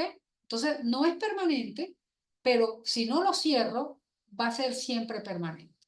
Y si yo tengo una condición donde únicamente yo, como aquí, miren acá, solamente lo tengo yo e Inforred a la que yo pertenezco, solamente yo puedo editar. Por lo tanto, todas las personas que ingresen con mi enlace a esta página no van a poder editar, solamente van a poder ver. Es como si fuese un PDF. ¿Ok? ¿Qué he hecho yo acá? Les he hecho un modelo de índice. Es decir, yo tengo un archivo. A ver, ¿no se escucha? ¿No se escucha? Aida, no, tú no escuchas. ¿Los demás pueden escuchar? Me consultan, me responden, por favor. ¿Sí se escucha? Perfecto. Aida, atenta entonces con tu audio, posiblemente un cablecito o algo así. Entonces, ¿qué ocurre? que para facilitarle la vida a mis compañeros y no enloquecerlos con todo el desorden, yo lo que he hecho es indizar, poner en una hoja todos aquellos formatos que yo quiero que ellos puedan acceder, a los que yo quiero que puedan acceder. En este sentido, yo comparto este archivo. Cuando ellos quieran ingresar a lo que yo tengo, ellos van a ver solamente esto, no van a ver esto. Van a ver solamente lo que les comparten. Y a partir de aquí, tengo un índice donde puedo, entonces, eh, eh, hacerles conocer o hacerles alcanzar todas esas herramientas que yo quiero que tengan. Y aquí pueden estar formularios, aquí pueden estar Exceles, cualquier elemento que esté dentro del Drive. ¿Ok? Yo les he preparado acá un acta, una supuesta acta de sustentación, que es la que yo uso todos los días, y vamos a ver cómo utilizar entonces estas herramientas de modo que en vez de utilizar PDF podamos utilizar datos. ¿Okay? Por ejemplo, yo ya tuve en su oportunidad un formulario donde todos mis estudiantes cargaron sus datos. Y yo fui alimentando poco a poco todo el trámite hasta la finalización de su caso, que es, por ejemplo, para la titulación. ¿Ok? Entonces, miren, bueno, estos son datos ficticios, pero miren que tengo, esto alguna vez fue un formulario, y esto es lo que arroja el formulario como respuesta del formulario. ¿Ok? Yo le he cambiado el nombre para tener el nombre de postulaciones. ¿Y qué es lo que he hecho con esta herramienta? Como yo tengo que hacer muchos documentos a partir de estos datos, por ejemplo, para hacer un acta de sustentación, yo lo que he hecho es fundamentalmente vincular todos estos campos al formato de sustentación que necesito incorporar en su trabajo de grado para publicar en biblioteca. Es decir, necesitamos que cuando el estudiante sustente su trabajo de grado, este trabajo de grado sea aprobado, firmado por el jurado y elevado a biblioteca para que pueda ser incorporado al trabajo de grado que luego vieron una URI o un handle para la ubicación de este trabajo de grado de manera permanente. ¿Ok? Entonces, lo que estamos haciendo ahorita es reutilizando datos que tenemos en nuestro Drive. ¿Ok? Tenemos, miren acá, esta es un acta de sustentación preformateada, no tenemos gran cosa en tecnología, solamente estamos trabajando con el Drive. Y ya tengo toda la estructura del acta de sustentación. El logotipo, el nombre de la universidad, lo que quiera poner, el número de acta. Esto yo no he llenado ningún campo en esta acta. Esta acta se ha hecho solita. Lo que quiero venderles con esto es que a partir de un sencillo formulario que ustedes generen, que alimenta una hoja de Excel, pueden generar documentos de manera automatizada. ¿Ok?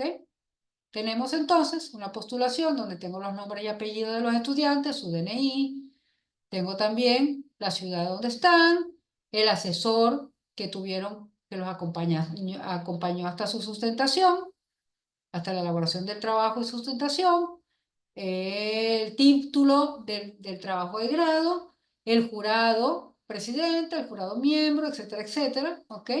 Cuándo sustentaron, la fecha, la hora de sustentación, si fue aprobada o no la sustentación, el número de acta, etcétera, etcétera. Y además, si era bachiller en qué y qué título alcanzó, ¿ok?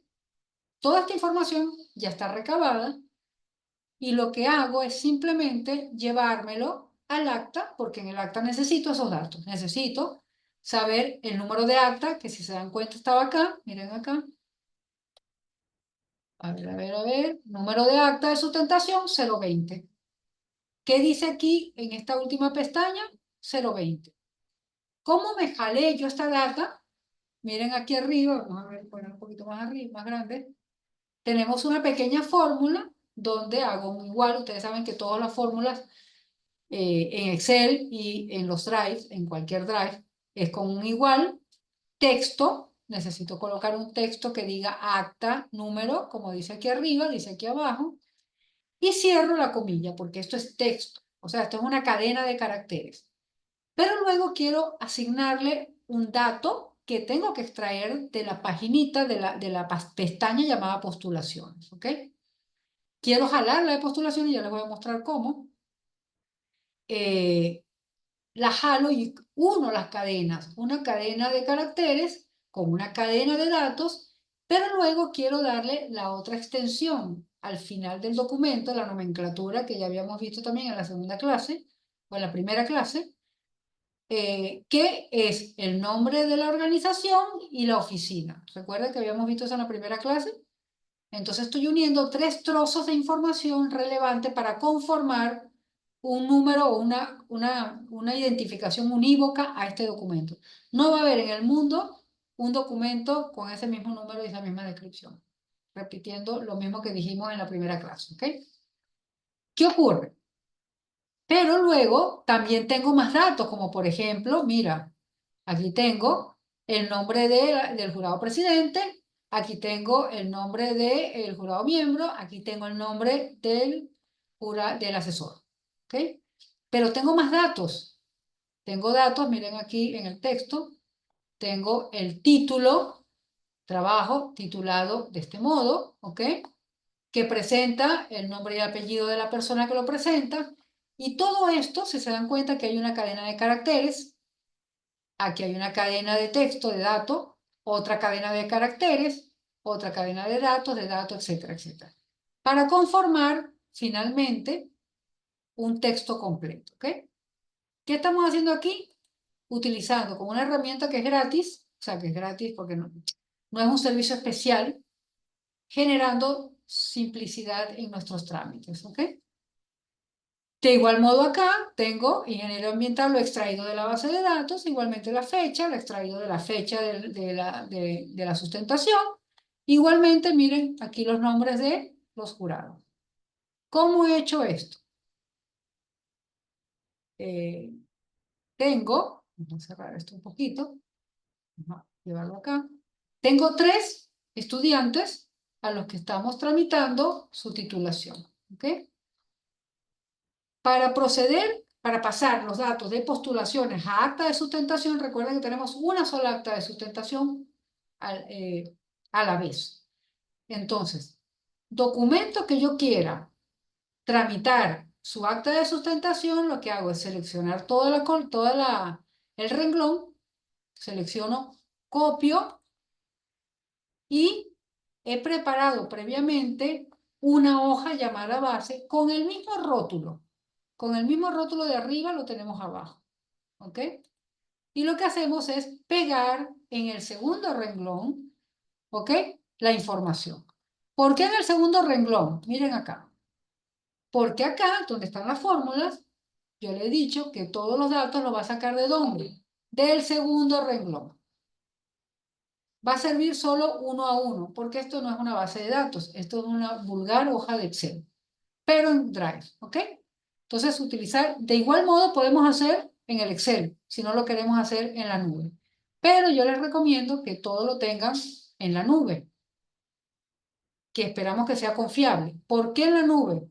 Porque si lo tenemos en nuestro computador y hay un cortocircuito, se nos daña el disco duro, como ya les dije el lunes, hemos perdido toda la información. Entonces, la mejor forma de custodiarlo es también garantizando que la Oficina de Tecnología de nuestra organización nos dé seguridad de la información con respecto a esto y esté haciendo siempre backups para que, si por error borramos algo, ellos puedan recuperarnos a las 24 o 48 horas la información. ¿Ok?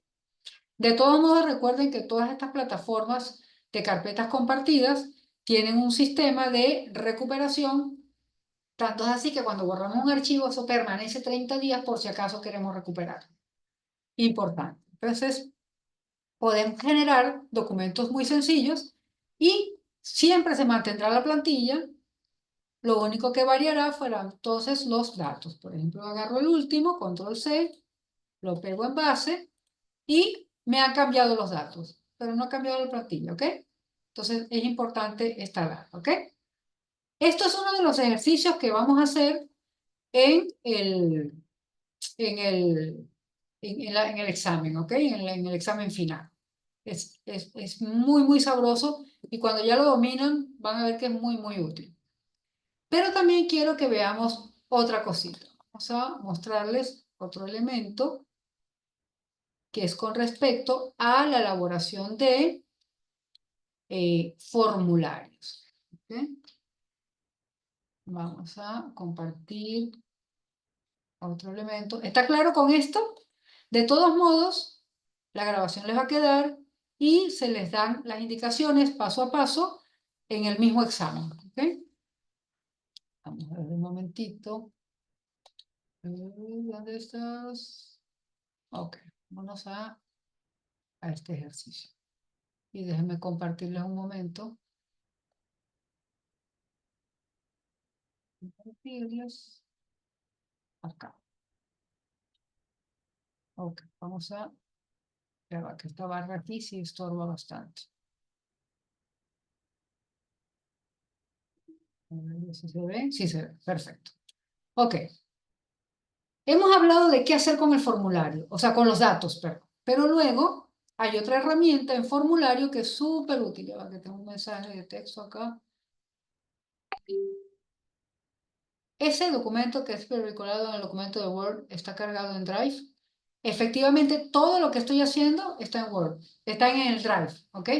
Recuerda que el Drive tiene todas las herramientas de Office. Y en este caso, en el Drive se llama Docs, ¿ok? ¿Se puede hacer indefinidamente los subdominios? Sí.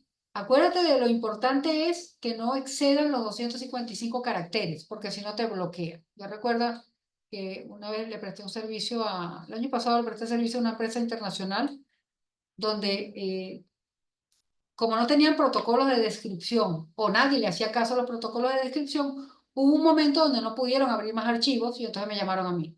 Y el problema fue que generaron una cadena de caracteres tan largo, porque desde la unidad, desde donde dice mi unidad, todas esas letritas que conforman los nombres, que encadenan carpetas con carpetas con carpetas adentro, si suma 255, te permite generar documentos hasta 256, 250, 300, pero ya ese documento no te lo permite abrir, porque te excediste de la posibilidad de los 255 caracteres y te lo bloquea, pero tampoco te dice que fue por eso.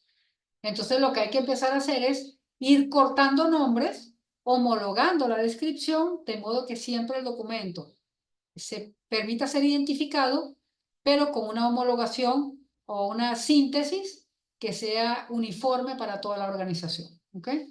No con esos nombres larguísimos, eternos, sino que sean lógicos, puntuales, pero que ahorren también caracteres. ¿Ok? ¿Cómo pasa el acta creada en Excel a convertirse en documento PDF Word? Ajá. Esto es muy sencillo. Vamos a hacerlo un momentito. Vamos a hacerlo un momentito. Vamos a saltar un momentito para tocar ese punto antes de... vamos a hacerlo antes de saltar al próximo, ¿ok? Pero déjenme un momentito abrir otra vez el mismo documento porque ahí mismo lo vamos a ver. Acá. Vamos a ver ahora sí. Vamos a ver. Ok, aquí estamos. ¿Cómo hacemos? A ver quién me preguntó. Maricruz. Mira, Maricruz. ¿Cómo hacemos? Este documento yo quiero llevarlo a PDF. ¿Ok? Selecciono todas las líneas que yo quiero llevar a PDF. Ya lo seleccioné. ¿Ok? Lo que hace es simplemente un seleccionar. ¿Ok? Y me voy a archivo. ¿Se logra ver? Sí, ¿no? Sí, sí se logra ver. Archivo, imprimir. Y ustedes dirán, uy, pero qué feo. Qué feo, qué feo. Hay que darle ahora formato. Imprimir, ¿qué cosa quiero imprimir? Lo que seleccioné. ¿Cómo? Ok, en un A4 porque es el estándar peruano. Pero no lo quiero en horizontal, lo quiero en vertical. Vertical. Uy, pero estas líneas están feas. Ok. Formato, mostrar cuadrículas, no quiero mostrarla. Uy, ya. Mostrar notas, por si acaso, tampoco. Y si nos damos cuenta, ya tengo el documento. ¿Ves? ¿Qué hago? Siguiente. Y ya lo puedo guardar con el nombre que quiero. ¿Ok? Ahí lo tengo. ¿Ok? Ya tengo el documento listo. Entonces, es muy, muy sencillo. No tienes que llevarlo a otro sitio. Ahí está. ¿Ok? Entonces, Maricruz, espero que haya quedado claro. De todos modos, queda grabado en la clase, por si quieres luego hacer la práctica por tu cuenta. ¿Ok? Ok, entonces ahora regresemos al ejercicio de Form Ranger, que me interesa muchísimo que lo aprendan porque de verdad que es una maravilla. Esto lo que genera es reutilización de datos, ¿ok? Por ejemplo, en el caso de universidades que tienes datos de alumnos, de docentes, si tú tienes un registro de todos los docentes, ya no tienes que escribirlos más dentro de un formulario. Entonces veamos cómo hacerlo en Form Ranger, ¿ok? ¿Qué tenemos? Tenemos acá un formulario normal, pero tengo, y esto es parte del ejercicio, no necesariamente esto, estoy haciendo el ejercicio con esta data como para que hagan el vínculo con la tarea que hay que hacer. Nombre del objeto, cualquier objeto, no sé, perrito, teléfono, ¿no? Televisor, cualquier objeto. Colores, que miren, yo he hecho aquí, si yo quiero visualizarlo, este es mi formato ya listo para llenar, nombre del objeto, y yo puedo aquí seleccionar o con barra desplegable, ¿ok? O con selección simple, ¿ok? Puedo elegir cualquiera de los dos y enviar, ¿ok? Pero ¿qué ocurre? Que a veces que es posible que yo estos dos colores no lo quiera solamente en este formulario. Yo lo quiero en los otros 25 formularios que tengo que hacer. Para no tener que hacer esto permanentemente, los 25 formularios, o pues, imagínense que tengo que hacer 25 formularios, los hago todos y después me dicen, uy, ya nosotros no solamente publicamos este tipo de herramienta en naranja y verde, ahora tenemos también el azul. Vas a tener que entrar a todos los 25 formularios a poner azul. Y al día siguiente te dicen, no, y también tenemos rojo. Vas a pasar la vida llenando formularios. ¿Cómo evitamos esto? Vámonos nuevamente a la estructura de formulario en vivo, es decir, para construir. Y lo que hacemos es, nos detenemos sobre el campo que queremos editar. Y miren acá. Aquí tenemos un complemento que se llama Form Ranger. Todavía está vivo, posiblemente algún día desaparezca, pero siempre aparecerán nuevos complementos. Recordemos que hay muchísimos desarrolladores que incorporan sus complementos porque también nosotros podemos hacer complementos, pero eso sería un motivo de otro curso. Es más código, para trabajo de código de programación. Pero ¿qué ocurre? Ustedes pueden ir, descargar el complemento y va a aparecer siempre, solamente en el formulario, en el servicio de formulario, en este lugar, este rompecabezas, ¿ok? Le damos clic y se va a abrir esta pantalla desde Form Ranger Pro. Siempre vamos a darle Start y aquí va a abrir una pantalla, ¿ok? Abre una pantalla de servicios y te dice, a ver, ¿qué quieres hacer? ¿Qué lista quieres incorporar a cuál pregunta? Si se dan cuenta, aquí hay dos preguntas, colores y cosas, que son precisamente las dos preguntas, las únicas dos preguntas que tengo para selección. Lista desplegable es una modalidad de selección y, el form, un momentito, esto me estorba. A ver. Y este, que es opción múltiple, también es una forma de selección de un objeto entre muchos. ¿Ok? Vámonos a colores. ¿Qué ocurre? Teniendo ya este formato, seleccionas Populate y seleccionas, ¿ok? No tenemos un nuevo campo para seleccionar. ¿Qué vamos a seleccionar? La hoja de donde yo voy a extraer una lista, ¿ok? En el cual tengo datos varios. Yo he hecho una lista que además se las estoy compartiendo para una de las tareas, que se llama campos varios. Y si se dan cuenta, aquí yo tengo, yo estoy haciendo ahorita la selección de colores y tengo dentro de la hoja de nombre, tengo una hoja grande con dos pestañas, ¿ok?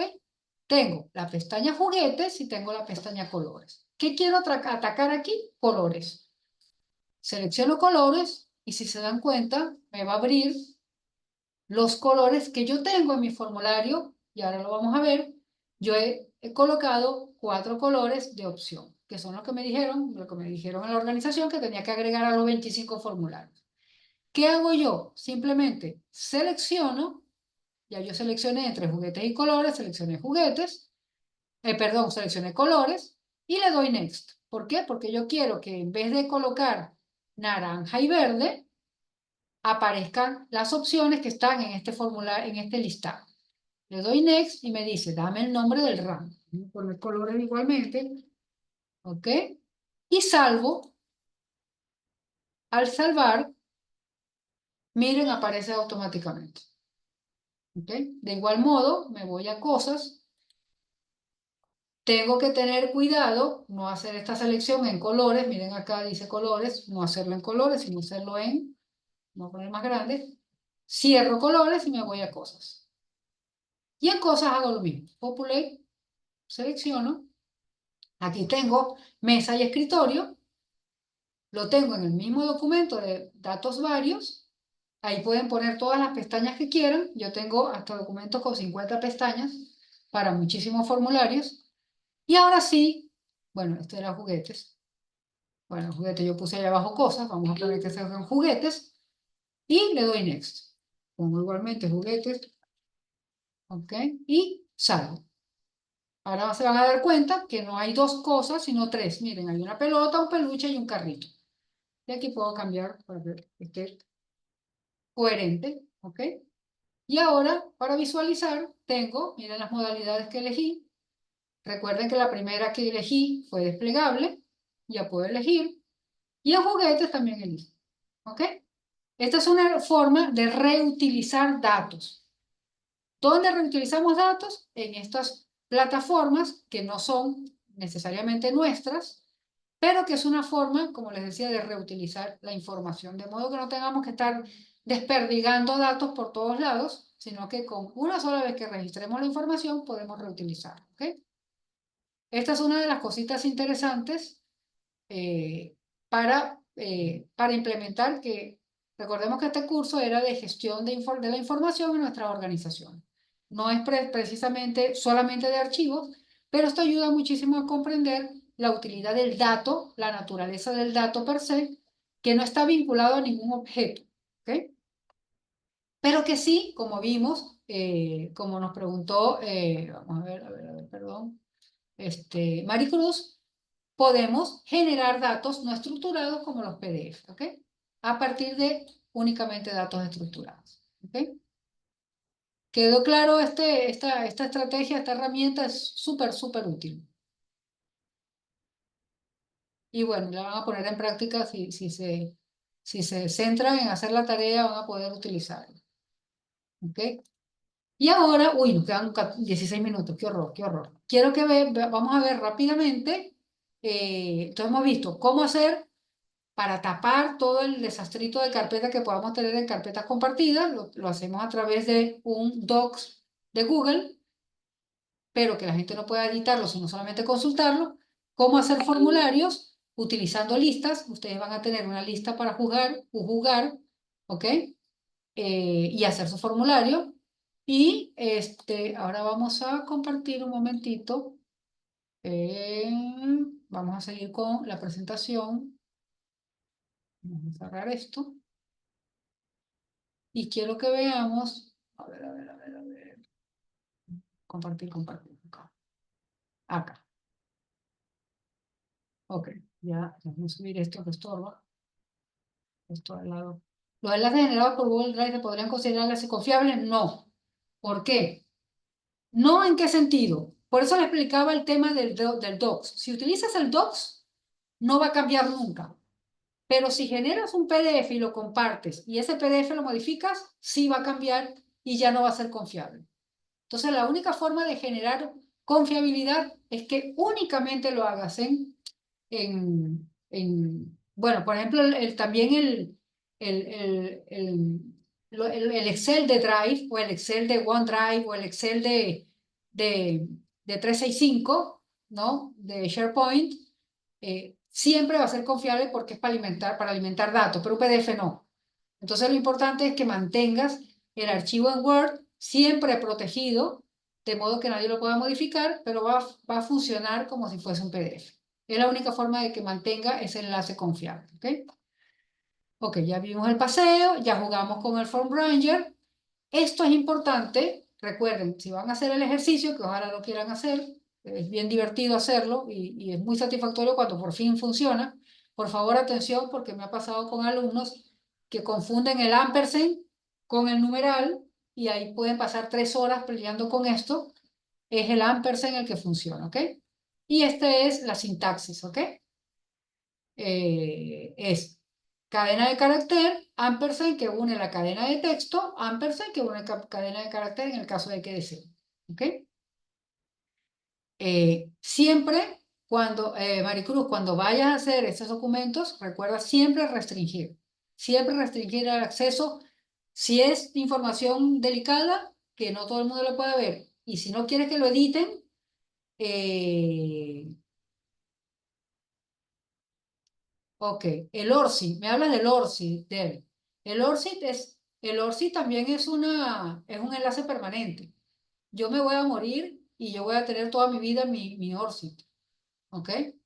Es un proveedor, pero es un proveedor de la experiencia o del CV o del registro, que es una declaración jurada de cada docente e investigador. Sí, y es la misma función, ¿ok? Es la misma función. Solamente que el ORCID es un código que no se provee para documentos, ni se provee para investigación, sino para la experiencia del docente, ¿ok? De investigador. Ok, y quiero mostrarles ya por último esta, pero igualmente súper confiable, ¿no?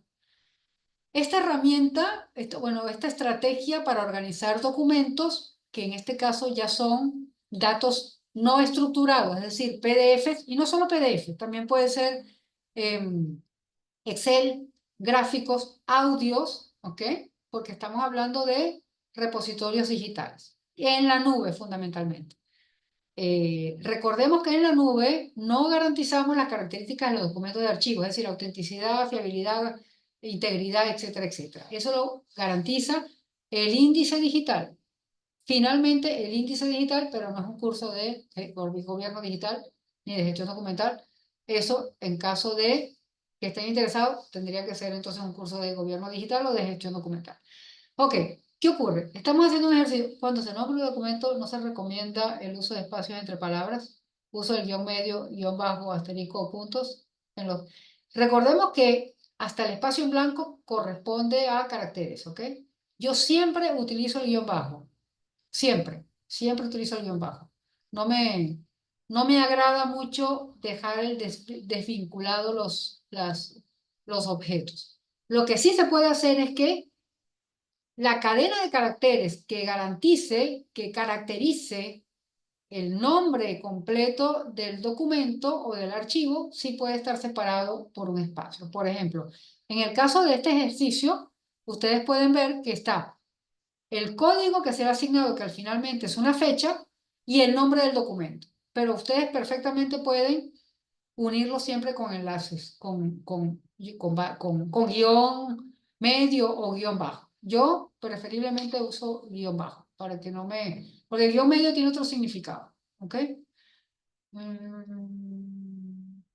Pero igualmente, el espacio en blanco ocupa espacio, no es que te estás ahorrando un carácter, ¿ok?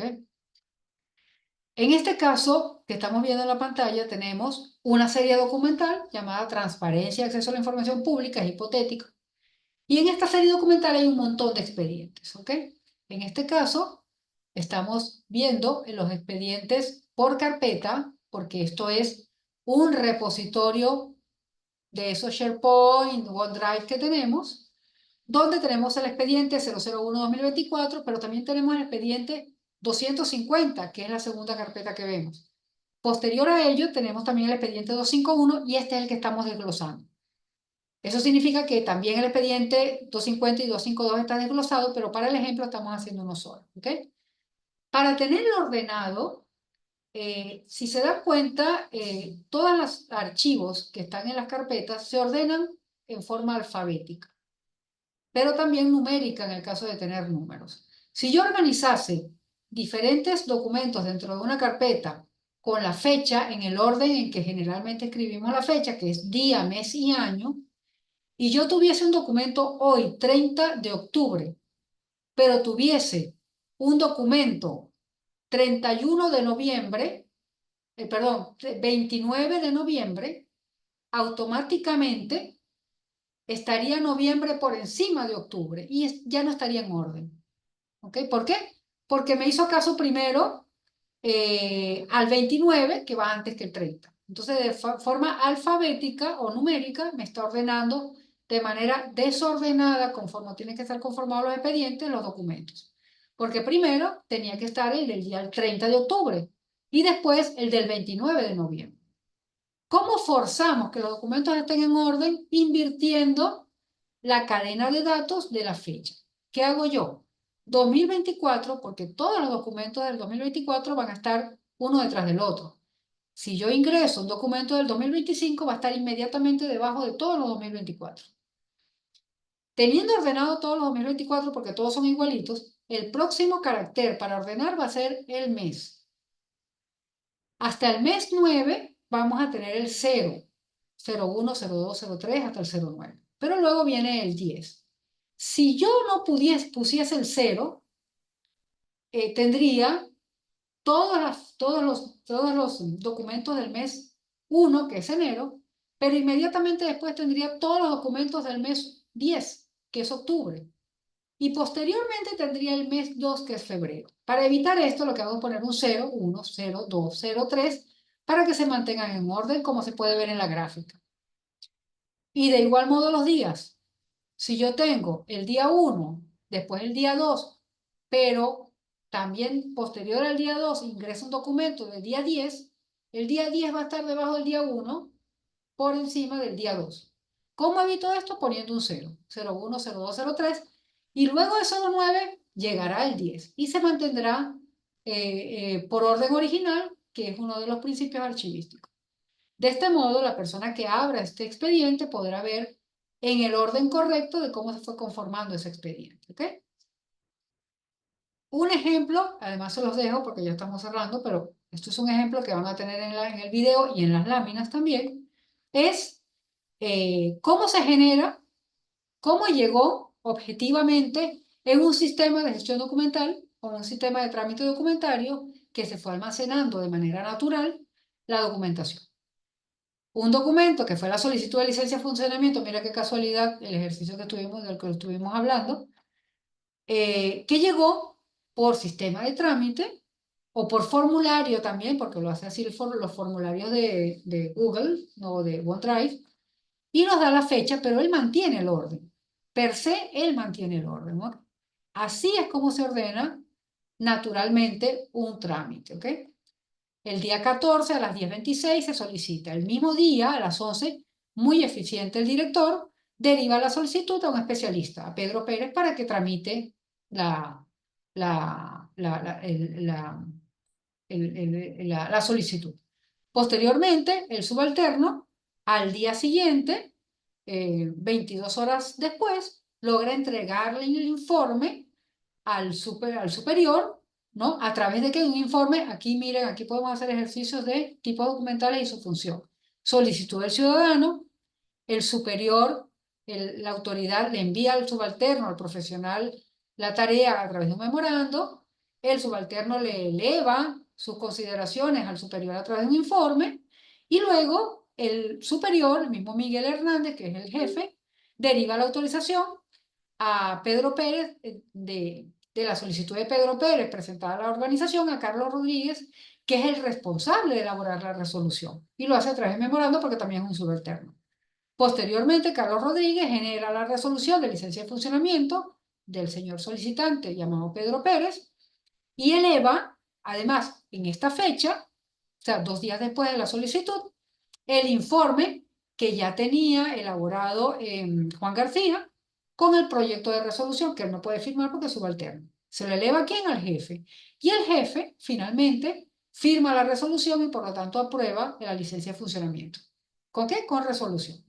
Pero luego Miguel se lo envía a notificaciones para que notificaciones le entregue esta licencia de funcionamiento finalmente al solicitante, y el solicitante, un elemento importantísimo, que siempre haré énfasis, a pesar de que este no es un curso de gestión documental propiamente dicho, necesitará firmar ese oficio para devolver ese documento a la entidad y la entidad pueda custodiar ese cargo para garantizar que efectivamente el solicitante recibió la respuesta.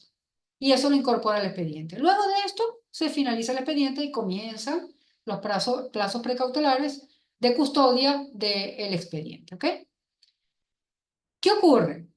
Si nosotros organizásemos este expediente, que está perfectamente ordenado acá, por fechas, perdón, generalmente el Drive lo ordena alfabéticamente, ¿ok? Lo haría por asunto. Miren esto. Si la primera letra es aprueba, que si se dan cuenta, aprueba está casi al final, pero en orden alfabético me lo va a poner de primero. Es decir, que me saltó las fechas.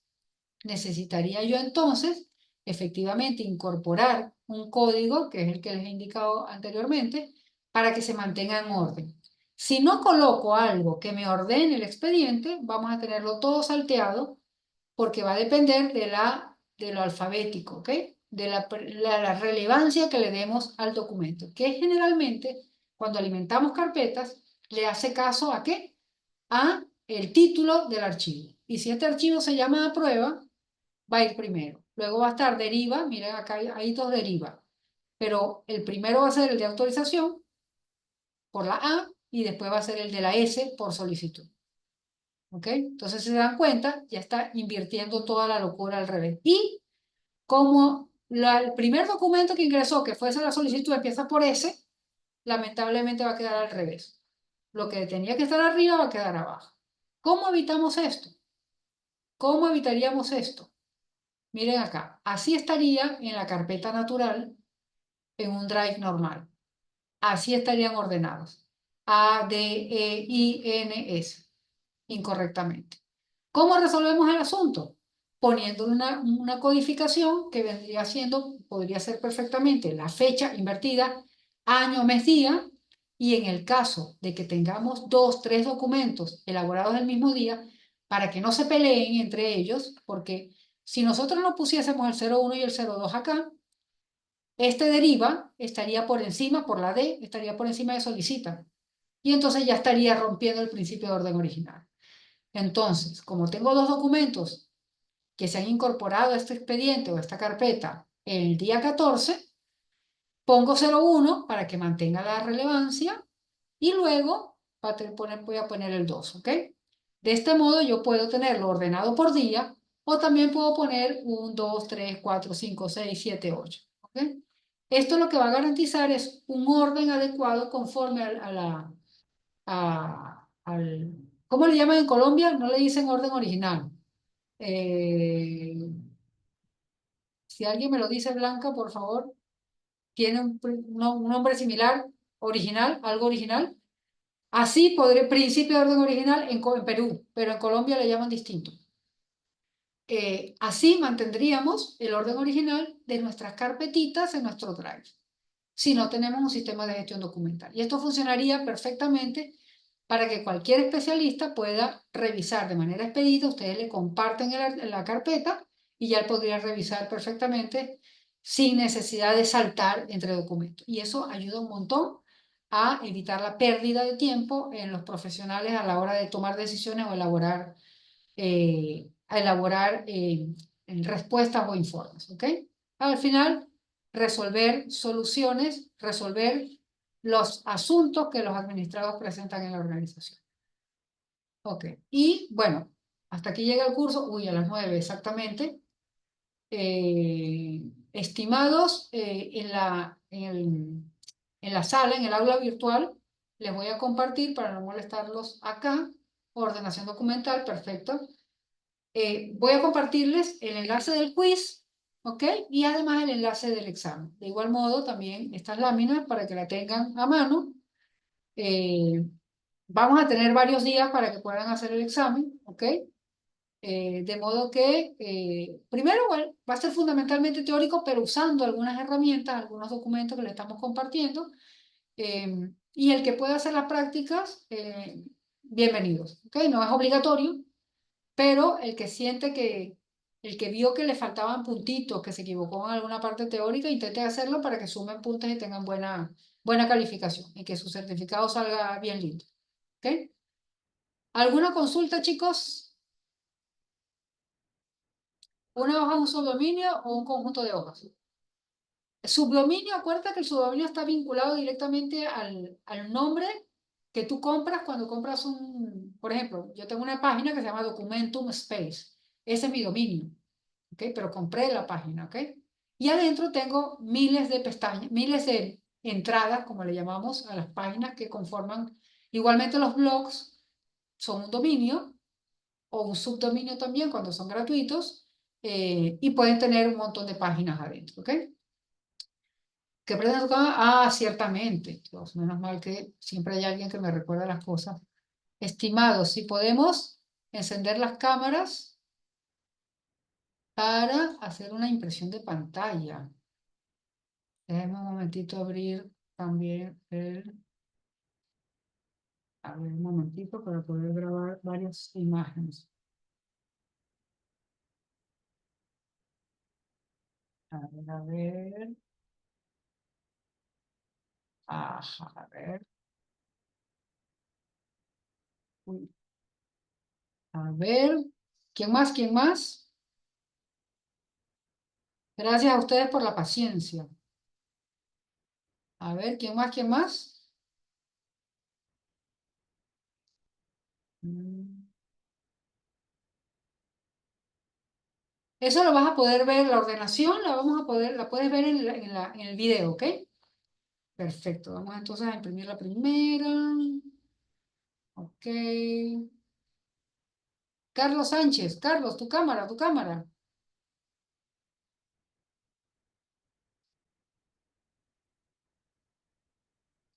Sí, sería lindo. Si a ustedes les interesa que tengamos cursos intensivos o cursos para ejercicios, podemos hacerlo. Ustedes lo piden y le pido a Arthur a Anthony que esté pendiente de ello.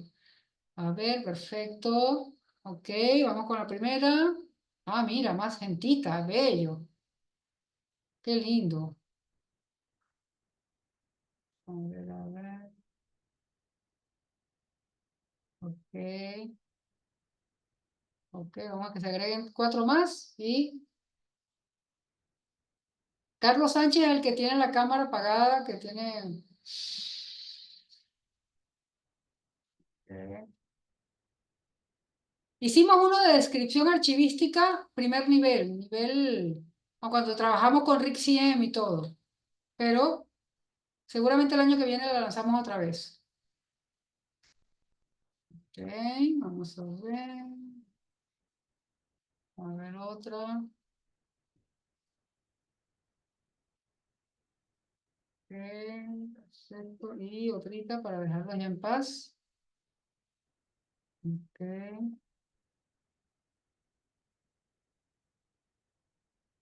ujú, perfecto. A ver.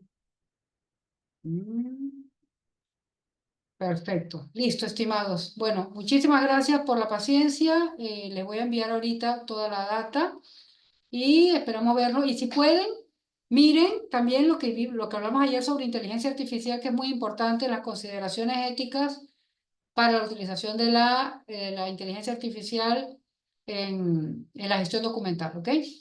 Bueno, estimados, feliz noche, no les quito más tiempo y hacer la tarea. Gracias, ha sido un placer compartir con todos los países que nos han visitado en este curso. Chao.